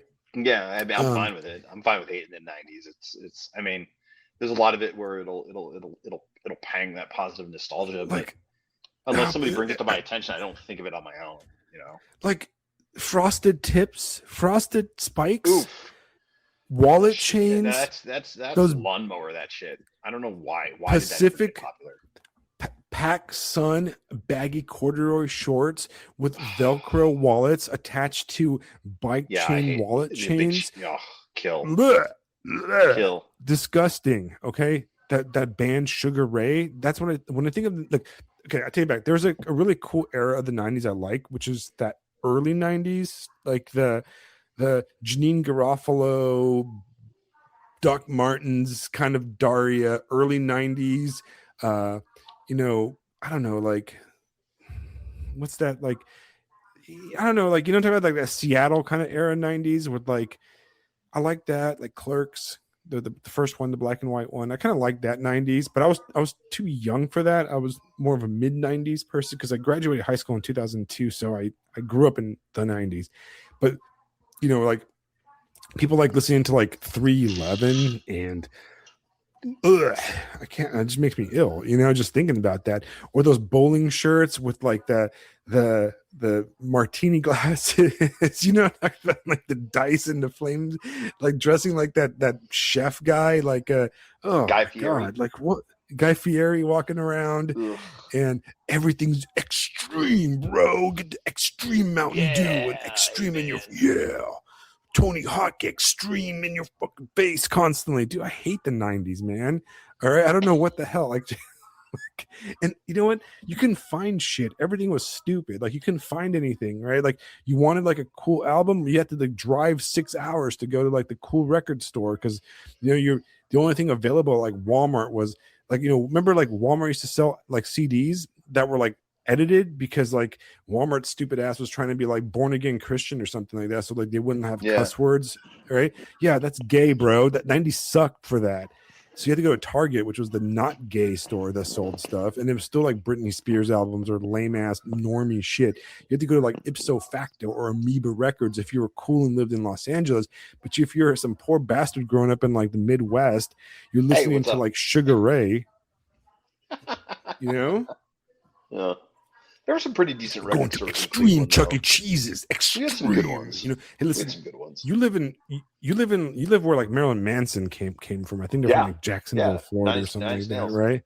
Yeah, Nine Nails. You know, I actually have a close.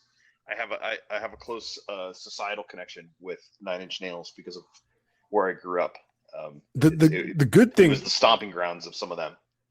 Right. The one good thing about the 90s was that you had to work for like your weird stuff, right? Like right now, like these guys are spoiled. They want to be weirdos. Bam. They have like unlimited anime, weird perv stuff, all kinds of stuff that's like beyond comprehension. Like horrors beyond your comprehension are available at your fingertips right now. I can hop on any website right now and order tentacle dildos and all kinds of stuff that like you know your grandma would die if she even thought about these kind of things. Mortification, right? You're right. Back in the day, you had to know where to find it. You had to know somebody. You know, you're like, hey man, have you ever heard of Nick Cave and the Bad Seeds? You know, I'm like, no, dog. You know, you should listen to this album called Murder Ballads.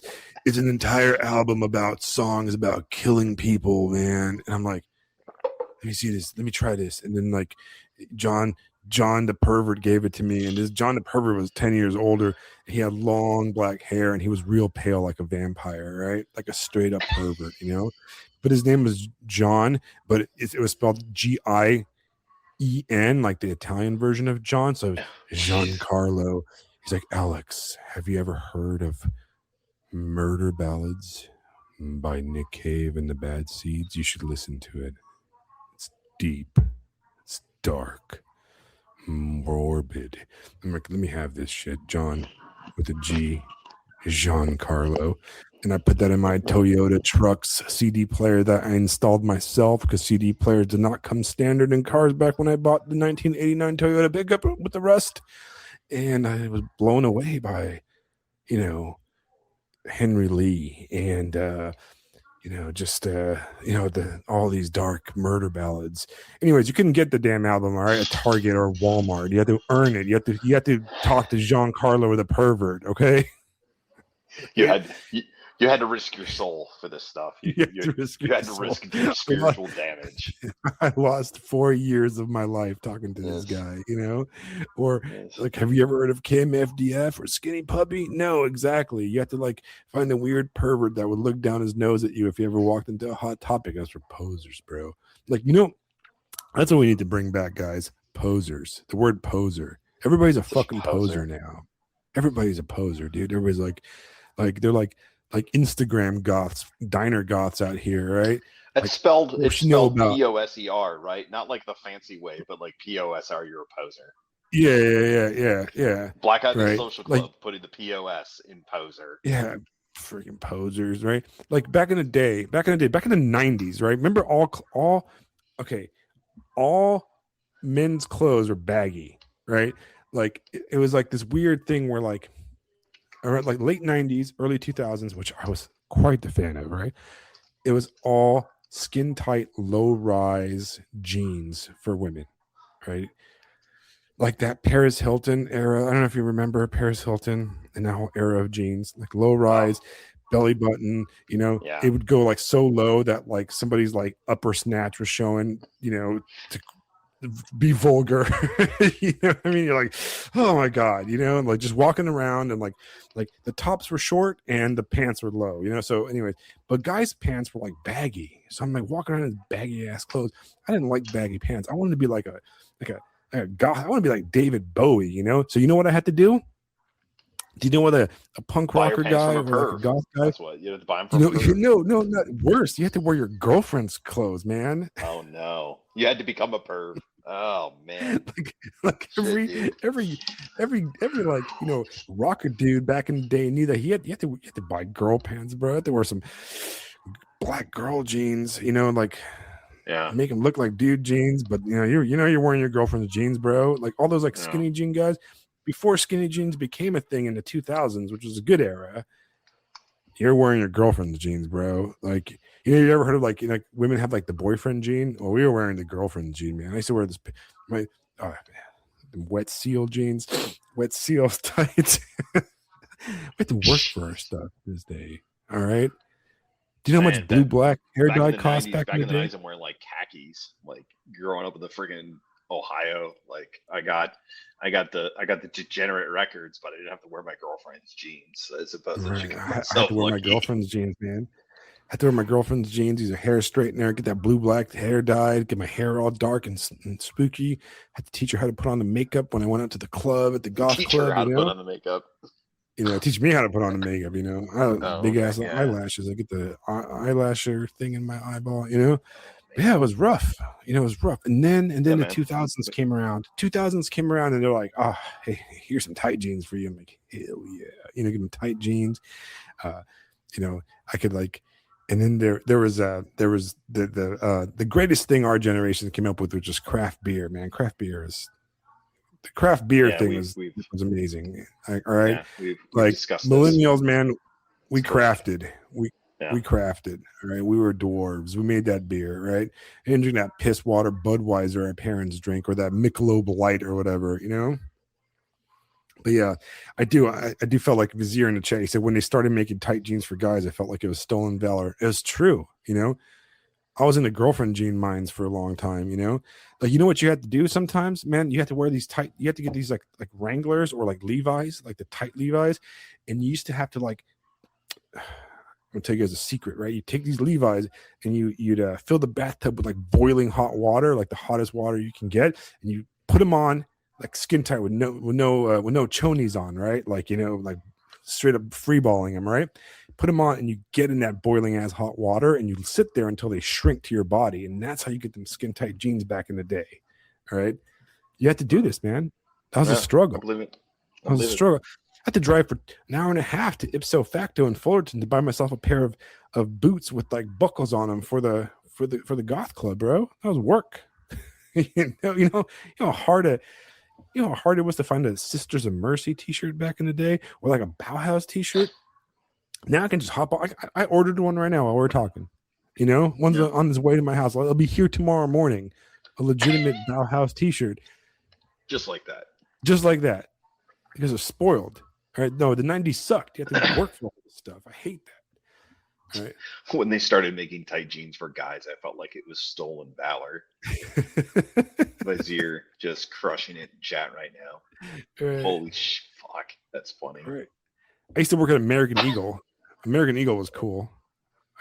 Back in the actually, I walked into American Eagle like a few weeks ago, maybe like 2 months ago. I feel like a pervert, dude. I was like, man, I'm trying to imagine you at like the height of your power working at American Eagle. It was really weird, man. You know, just like sus, so sus. I was just standing in front. They wouldn't let me actually do anything. They're like, you just stand in front and like greet people, you know, because they're like, you were that guy. You're like really lazy, and like I was just pretty, so I just sit there being pretty in front and talk to people. Oh, do you guys remember Abercrombie? Do you remember Abercrombie and Fitch? Yeah, no, you and I would never have been friends in high school, man. Like, I never went. I was not an Abercrombie and Fitch guy. That was like, still, I feel like I didn't appreciate it.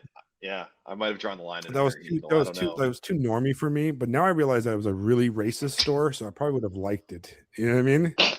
Like, I remember kind of like, yeah, it was like pasty marble white everywhere. Even then, it was kind of like a little on the nose, guys. You could smell it like from like three stores away, because it had like, it was so heavy, and you walk in and like I'd go in there and I'm like, I can't see anything because it's so fucking dark in here. Like, how can you like see what you're buying? It's like dark and it's like loud. It's like a club in there, and at least there's like no fat people allowed in there, which was awesome. Like, they're like smallest size. Like, I'm starting to dig the fact that we're going back to like heroin chic kind of stuff, thanks to that GLP-1 stuff. Like, we're really getting like the liquid demons in people to make him skinny again. You know, whenever I walked into an Abercrombie and Fitch store, it always felt like it was trying to fuck me. Like, but like in a gay way, like in a prison way, not in a kid way. And I don't mean like in the way that, you know, I meant like up the ass, like straight up like I don't know, man. Even somehow the women give you a popper, you know, and just like it was proto. It was proto looks maxing. That's what it was. It was the proto male to male transsexual. That's what that was. And Hollister had a cool logo. I don't know if it's Hollister had the seagull like thing logo, right? Let me see. Wasn't that kind of like they added sort of like a mariner kind of thing to it, or am I thinking of? Or am I just fucking stupid? Yeah, you know, it did have like a mariner thing. Yeah. Hollister was like, I guess it's owned by Abercrombie and Fitch too. And it's like a seagull of some sort, I think. I just like seagulls, so I thought it was pretty cool. So I was like, man, that's kind of a cool thing. But I remember like I bought a pair of pants at Hollister, and they're all torn and stuff. And like I was like, these are just not really like they weren't very comfortable. They're just like these like ratty ass jeans I spent like $200 on. Like there was a really expensive jean brand, Diesel. I think Diesel jeans. Those are really expensive too. They still are. Lucky jeans were. They still have them. Shit. What's cool is that Vans seems to have made a comeback. There's like tons of Vans stores now. You know, Hollister lost out for a while. I don't know if they made a comeback, but Hollister lost out because they started letting fat people like in their stores, and they started like having like fat models and stuff, and like you know, trying to be all like inclusive and shit, right? And nobody wants to be like, look when it comes to like fashion's fake, right? It's all about like vibes, and like the whole like kind of elitist, Regina George vibe is what made Hollister and like Abercrombie Fitch cool. So Yeah. when you like put in some fat Uggo, nobody wants to wear that shit, right? You know what I mean? Right. No one Like wants to look like that. you want to be invited to the mean girl table, right? And that's Yeah. the thing. It's like if they invite everybody, then nobody like I don't want to be part of that, like Right. ugh, Yeah. like Correct. that's gross, Absolutely. right? Like Yeah. the reason like nobody like wants to publish like Lisa Lives is because nobody wants to hang out with you, bro. You know what I mean? Like you're gonna kill the vibe. Like all you do is complain, girl. That's Like, just coming out of nowhere. like And take a dump on Lisa. Just right at the end of the podcast. Take a dump on her. Hey, I got something for you. There you go. All right. Munch on that a little bit there. All right. Good times. There's also another annoying like book streamer guy. I forgot his name. Wait, hold on. Has she said anything stupid recently? Is like why you brought that up? I don't know. I blocked her a long time after ago. all that. I was like, I don't want to see this anymore. But actually, I think I was thinking about her because I like on a YouTube, like I saw like a thing that she did or something because because that shit sells, right? Like people whining about stuff sells.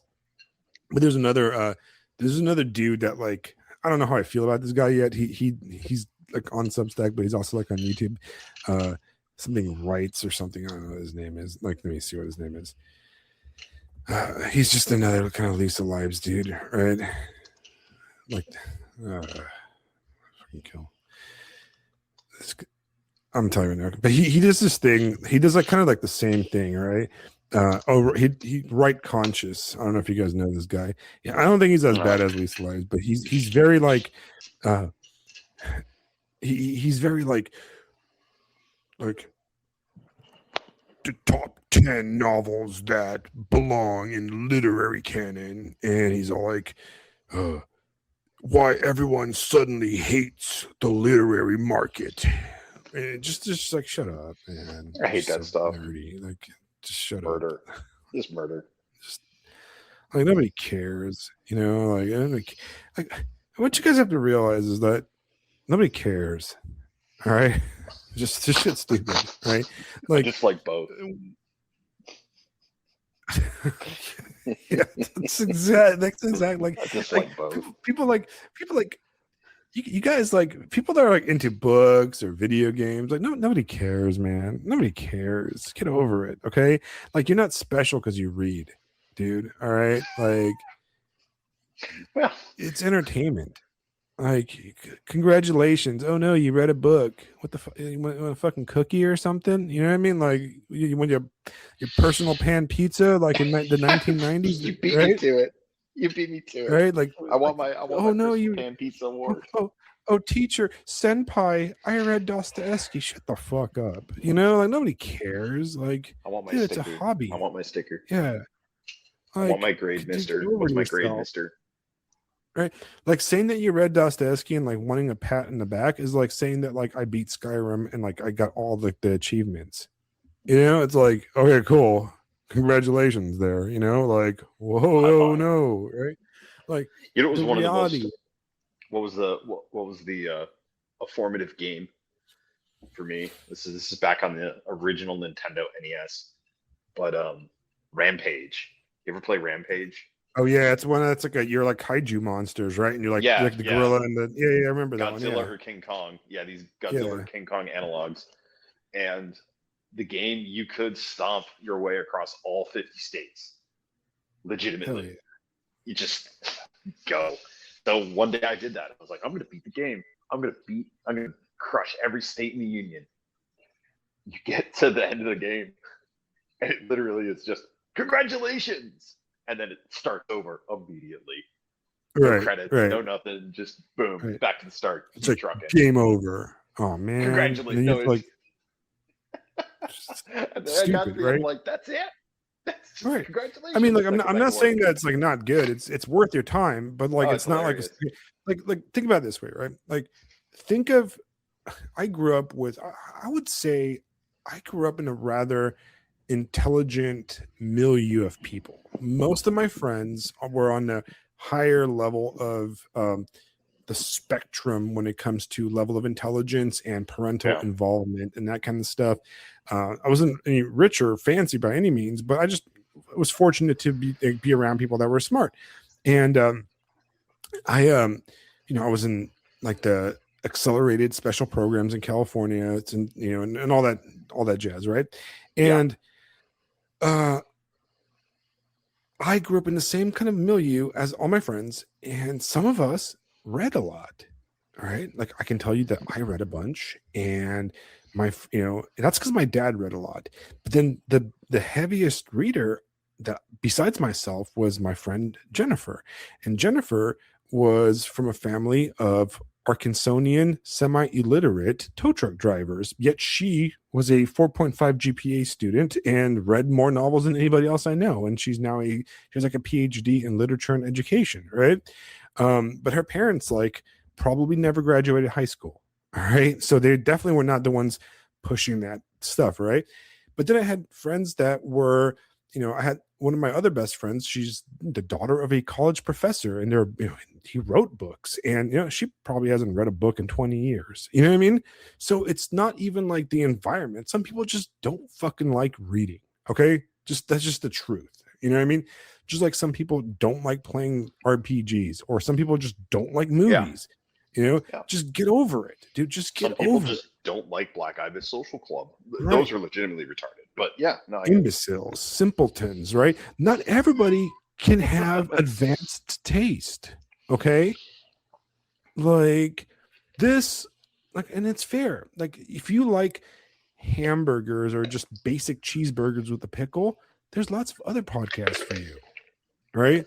Here we're talking about like a 5-star restaurant, but it's like a unique one, and the ingredients comes from a South Bismarck Sea cave somewhere, fresh pulled, on the spot, glazed with endangered sea turtle blood, right? That's what you're getting from us. Look, but you don't have to like it. To be honest, absolutely. But to be honest, I've embraced living in the agricultural realms of Florida, which means ranchers everywhere. And the local butcher shop, oh my God, the cheeseburgers are, man, they take them to another level, man. Fantastic. But yes, one of the best decisions I ever made was getting my meat from that place. You know what I hate? Before we call it a day, I'm gonna tell you a rant. I hate choices when it comes to food. It's never happened. I hate Subway. All right. Like I hate I hate Subway, and not because the food's bad. I mean it's bad, but like I hate Chipotle. Okay. I hate Chipotle. I hate anything where I choose what goes on my food. Right? It pisses me off. You know what I'm talking about? Yes. Yes. It makes complete sense. I hate when you say it like that. I choose what's on my food. Yeah. I hate when I go to Chipotle and they're like, "Oh, well, what do you want on your sandwich?" I don't fucking know. Am I a fucking sandwich maker? I don't fucking know. I want a roast beef. I don't know what goes on a roast beef. If I knew what the fuck goes on a roast beef, I would make a roast beef at home. Why are you asking me this? It's stressing me out. Is that your job? Right. Fucking pisses me off, dude. Right? I hate that. I hate when people ask me questions. I hate I don't want to talk to you. I like going to a restaurant in Japan, right? In Japan, you don't change things on the menu, right? The menu is usually pictures, and you push a button and a little thing comes and you give it to the ramen guy and he gives you the ramen, right? Or when the waitress comes to the table, you don't change anything. It's rude, because I'm going to this fucking restaurant to eat the chef's food, right? I'm not going to tell him how to make the food. Hey man, I know your specialty involves Worcestershire sauce, but I think you should use ketchup instead. No, I'm not the chef. Okay. If I wanted that, I would make it at home. So I hate going to restaurants where I have to pick stuff. The guy's oh, what goes on your sandwich? I don't know what goes in my sandwich. Okay. I'm not the sandwich expert. You are. You're wearing a hat that says sandwich expert on it. What goes up? What should go on there? You tell me, Chuck. I hate that. I hate choices. Right. And so I've decided that if I ever open a restaurant, I'm going to open a restaurant with no choices. It's going to be a burger, a cheeseburger, a hot dog, and a chocolate or vanilla shake and nothing else. Maybe a fry. Yeah. Yeah, let's Like, you open know what that I up, mean? man. Yeah, let's do Like, it. and it'll be the best hamburger, the best cheeseburger, the Yeah. best chocolate shake, and the best fries, but nothing else. You can't Biff's fucking change Burgers. anything. You can't do anything. You can't add, you can't take away. Yeah. If you look at something, I want to punch you in the nuts, you know? Like, Yeah. no. Like, oh, You've I want got a strawberry the shake. black ibis Yeah. hamburger, the black ibis cheeseburger, And there's the black only ibis like shake. that size. Like there's not multiple size. There's not multiple choices. You can't. There's no condiments. Nope. None of this shit. No. All right. Like I hate choices, man. Like you want me to go make my own food? You know, like how about hop behind the counter and like put the salad on my roast beef? Annoys me. And then what am I paying for if you're not going to make me my sandwich? Do we let them pick how well done the meat is, or is it just No, it has to be done exactly how it's supposed to be. That's stupid. No substitutions. You know? Don't ask. Don't like actually set up the whole place, but don't like you just have to train them through abuse to understand how it works. Right. What do you want? Am I crazy? Right. Am I the crazy person that believes this thing? You know? Like, there's only one way to find out. There's only one way to find out, and that's going to be opening the burger place. So we're just going to have to find out. It'd be like on a beach somewhere, like next to the beach, like in a beach town, like somewhere like where like Jaws was filmed. You know, like that's the kind of vibe I want, right? Okay. And maybe there'll be like a beer. Like I'll sell beer to like one beer. You know? Yeah, one beer. Like one type of beer, like one brand of beer, and it'd be like a local one or whatever. You know? If you ask for water, it's tap water. Yeah, no, it's like water. Go to the bathroom and drink some out of the spigot. Yeah, you know. Yeah, we get it out of the out of the spigot in the bathroom.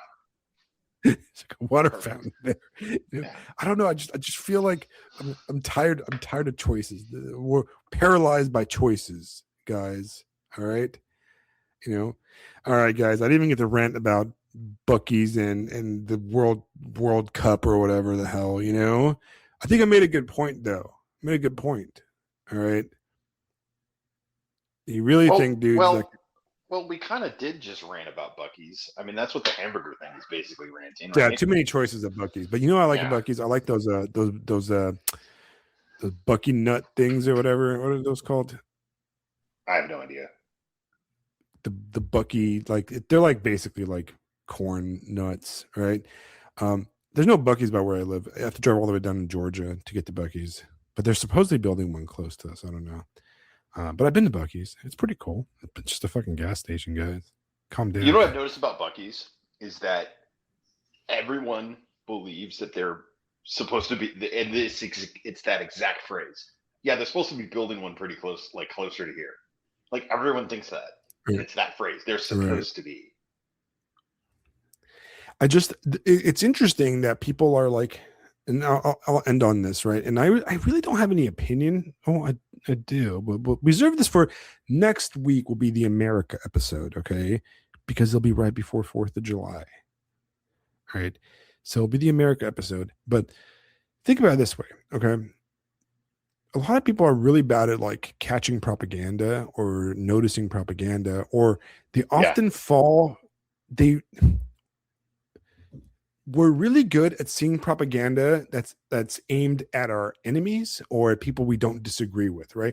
Like, for example, like we're very good at noticing how blatantly dumb like lefty propaganda towards themselves is, you know, like the kind of stuff that like blue sky people or you know, that side of Substack just like swallows up like a roast beef from Arby's with too much like choices, right? Roast beef bukkake is what that is. Right? That's how they do it. They can, you know, we spot it real easy, but some of us are really bad at seeing propaganda that we agree with, or like that is aimed at us specifically.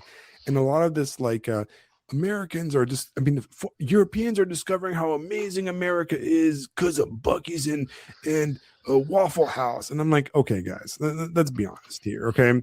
Like just Google the price of your average, like World Cup ticket, right? the cheapest tickets are like $1,600 for like Uzbekistan versus like the DRG or Congo or something like that, right? And that's like for the cheap tickets.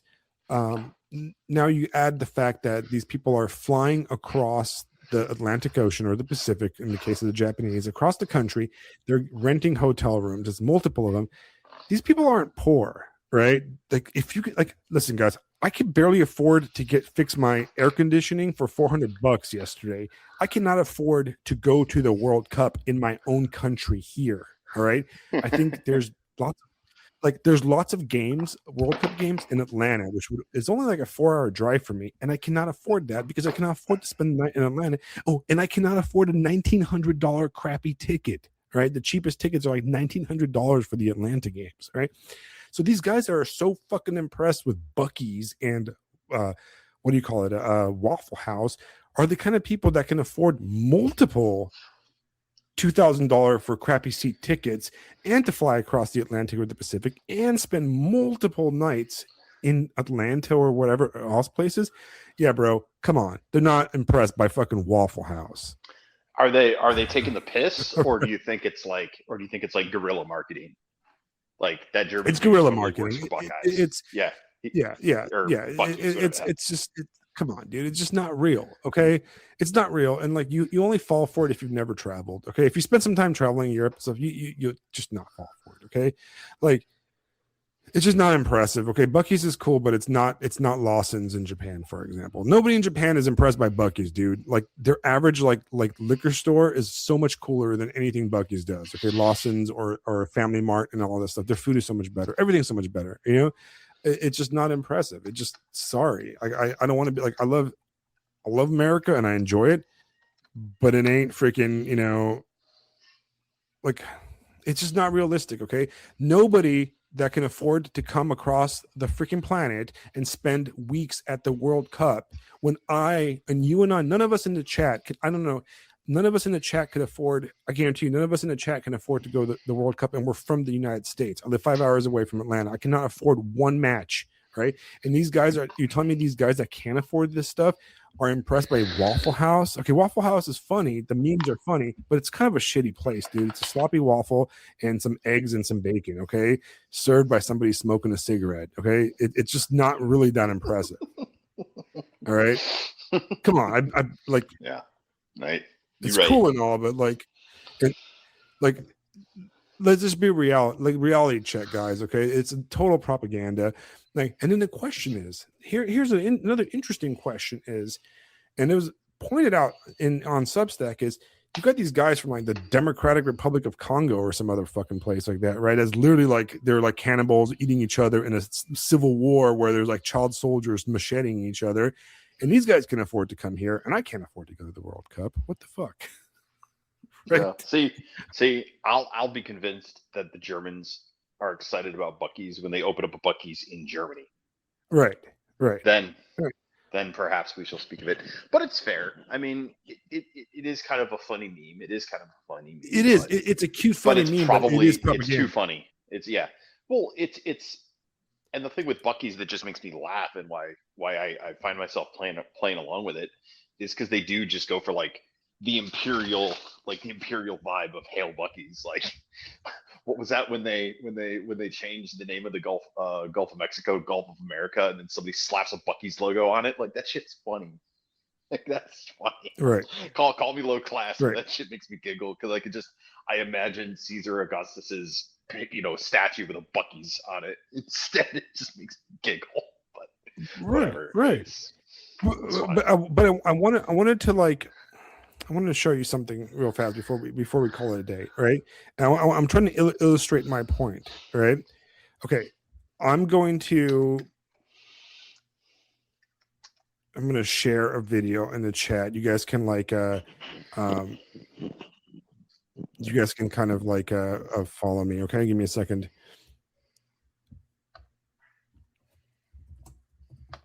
I'm going to share like a link real fast. Okay. Blah, blah, blah, blah, blah. Okay, 1 second. Okay, fine. Here, I'm not going to share it, but I want you guys to search something online. I'm trying to prove a point, right? If you go on Google and you search Mega Bucharest, right? Mega grocery store Bucharest, right? And you will see the most popular and the biggest chain of supermarkets in Romania, right? And All right. just what logo do you see? The little lion guy? Right. Okay, Yeah. what logo? What logo is that? Uh, Okay, now search Food Lion in the United States. oh no. Oh no.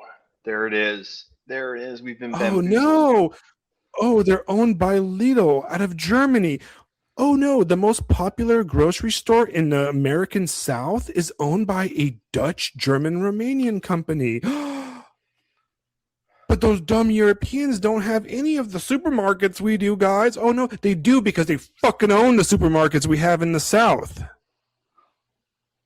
You fucking rubes. You believe all the stupid fucking propaganda. All right, so look up Mega Bucharest. It's the same company that owns every supermarket where I live in South Carolina. So they have exactly the same shit, but better because they don't fill it up with soy slop like American companies do. Bisque chat on Suicide Watch. Right? Just like so that. So do you see why I'm right? Do you see what I'm trying to say? It's like it's silly propaganda. It's silly globalist propaganda, right? It's just it's ridiculousness. Okay, America's and the thing that bothers me, all right? People are saying, "Oh, Alex, you're a doomer. You're just a doomer. You don't like America." No, I love America, right?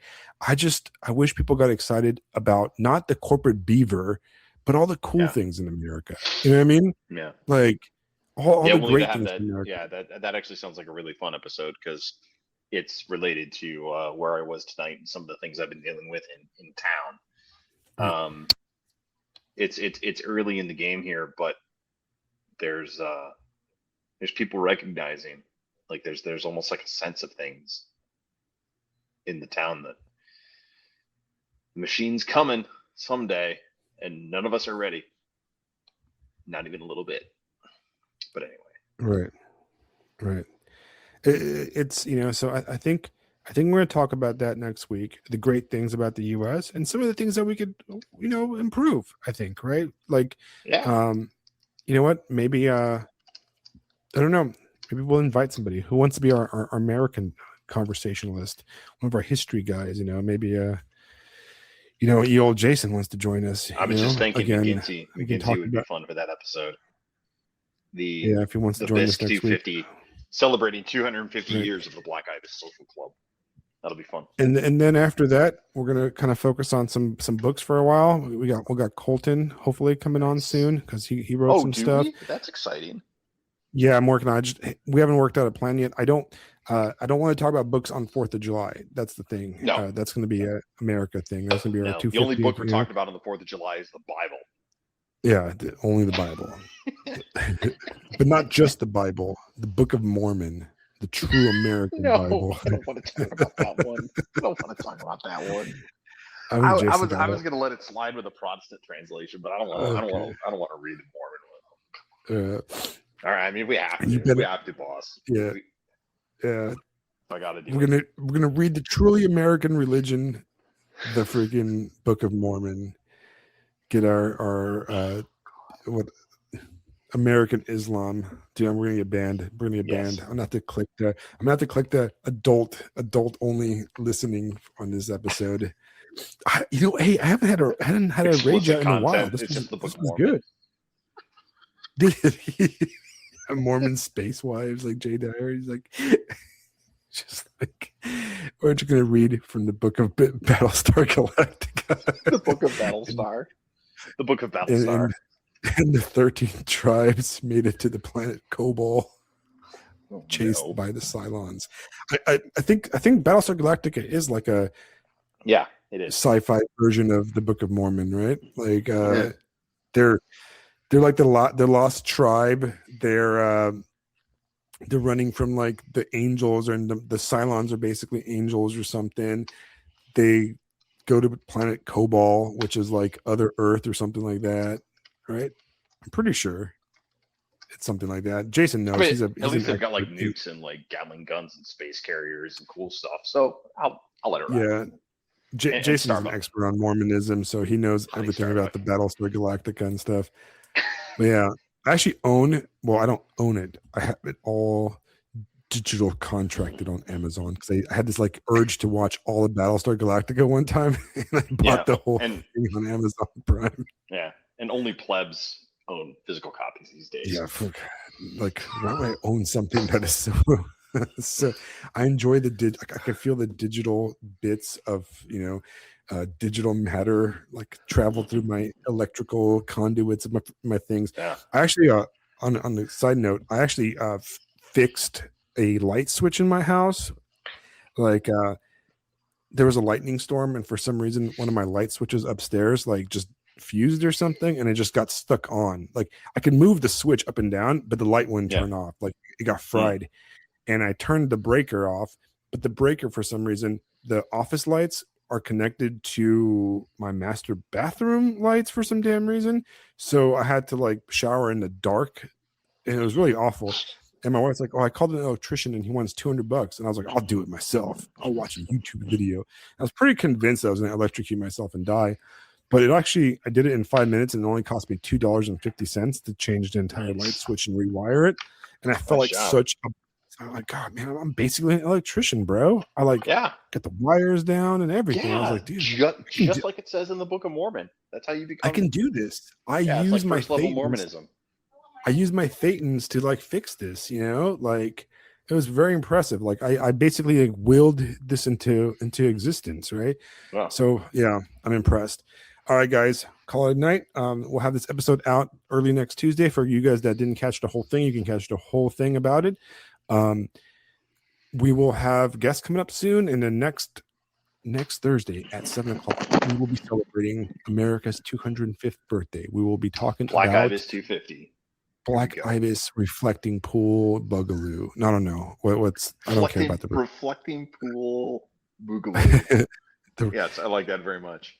I don't even want to like think about that. I saw that article that's like I don't care about the reflecting pool, and I'm like the fact I even read. I spent like 10 minutes reading that. And I was like, that's stupid. I don't even care about not caring about it. Like I'm just like I feel like one of the amateur historians will dig into like the long history of the reflecting pool getting vandalized and like all kinds. I mean, I'm sure all kinds of shit. Like during Prohibition, they dumped 75 caskets of whiskey into the reflection pool in protest or something. Like there's gonna be stuff like or back in the 70s, there was a study about so like the reflecting pool is breeding like brain altering fungi that microorganisms. I'm actually like embracing the Joseph Biden approach, and I'm actually going to senile myself into forgetting all about politics completely. Like nice. I want to get to the point where I'm so retarded that I don't even know who the president is. That's where I want to be. Like I want to be like that. Like you ever meet like some of those like boomer women that are like it's like Gerald Ford is still the president. You're like I don't care. Like who's the president? Obama. I'm literally retarded. I don't know anymore. That's what I want. Every so often, I pop in on George W. Bush's Substack. Yeah, he still has only written that one essay. That's it. Yeah, and he's like long dead. It's just like an AI. Like I mean, just you know what? I'm at the point where I'll vote for the AI, bro. Just let the AI take over. With all the stuff, with all the things, I do really can like it be the worse? idea. Huh? Can the AI be worse? I mean, I don't think so. I don't think so. Probably if not. I didn't have, in a lot of ways. Listen, if I didn't have to listen to like Democrat, Republican, and all this crap and all this stupid stuff over and over and over, I'd be like, just let the AI do it, dude. Like, let the AI drone thing run it, and whatever. It can pick whatever it wants, and like it's the kind of like runs like a giant cloud of drones that like has bullets attached to little butterfly wings that explode in your face if you do anything to piss it off. I'm like, that's cool, man. Like I will live in a tyranny of an AI if it just leaves me alone, man. I will live in the digital circus, bro. I'll hang out with Kane. All right. Let me go on adventures, man. Let me hang out with Gummy Goo. All right. Hey, when I finish that, we're gonna have a discussion about which character we are. I'm sure you can Mm, mm, mm, probably. mm, mm. I think most people will guess which one I am. I don't know. Wait till you finish it and see if you really are that Yeah, one. it's got a I good know. I payoff. know. I know you're thinking. No, I think it's a good payoff. I think it's a great like ending. But Okay, good. yeah, All right, I we'll think see. I think I'm kind of I think I'm a Pomni kind of. You know. Oh, see, I'd say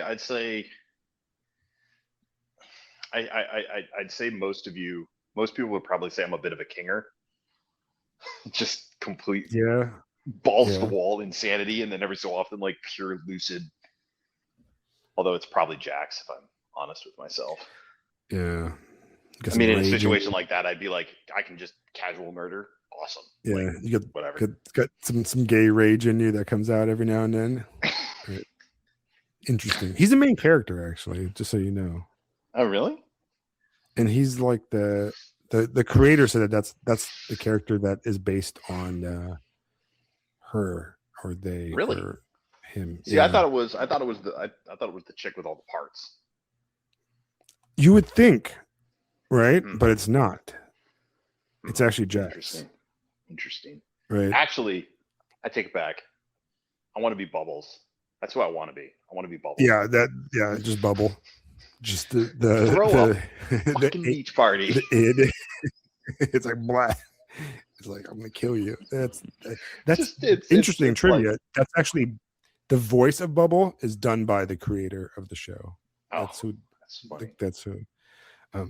It's interesting Very because funny it is a before we close it is a show Yeah, done we gotta by go. a transgender person, right? A trans woman, and I really like it. And it doesn't push any transgenderism or any like liberal stuff at all. And it's not like you'll see. Like I don't want to spoil it. Like it doesn't like Yeah. you always want like the unfair. It's unfair but fair, to be honest, right? When I see that like it's like a transgender person or a gay person or something like that, you're like, you know what I mean? Like you're like that. Yeah. You see something, man. I kind of want to like this show, but I know like you just wait for like the propaganda to like hit you, you know?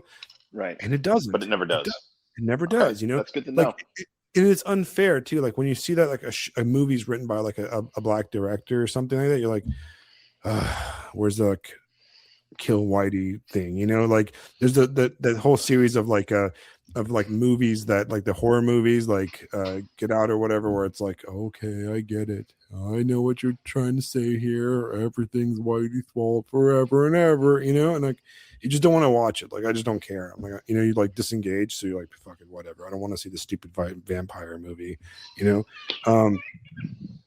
But yeah, it doesn't hit me. It didn't hit me at all. You know, it was great. I really enjoyed this. I'm curious to see what you think of the ending because some people really hated it and I liked it. All right, guys. Nice. I'll let you Thank know. you for All right, listening to the Black Ibis Social Club. We had a wonderful time.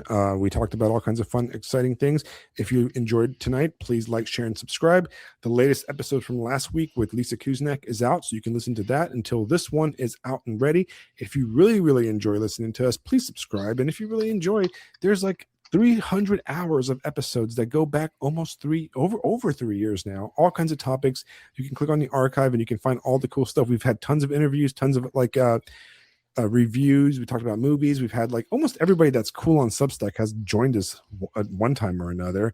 So yeah, you guys have a wonderful night, and we will see you next week for America's 250th birthday celebration on I believe it is let me see, Thursday the 2nd. So we're going to be celebrating the 2nd of July, right? Because we're the second best podcast in the world.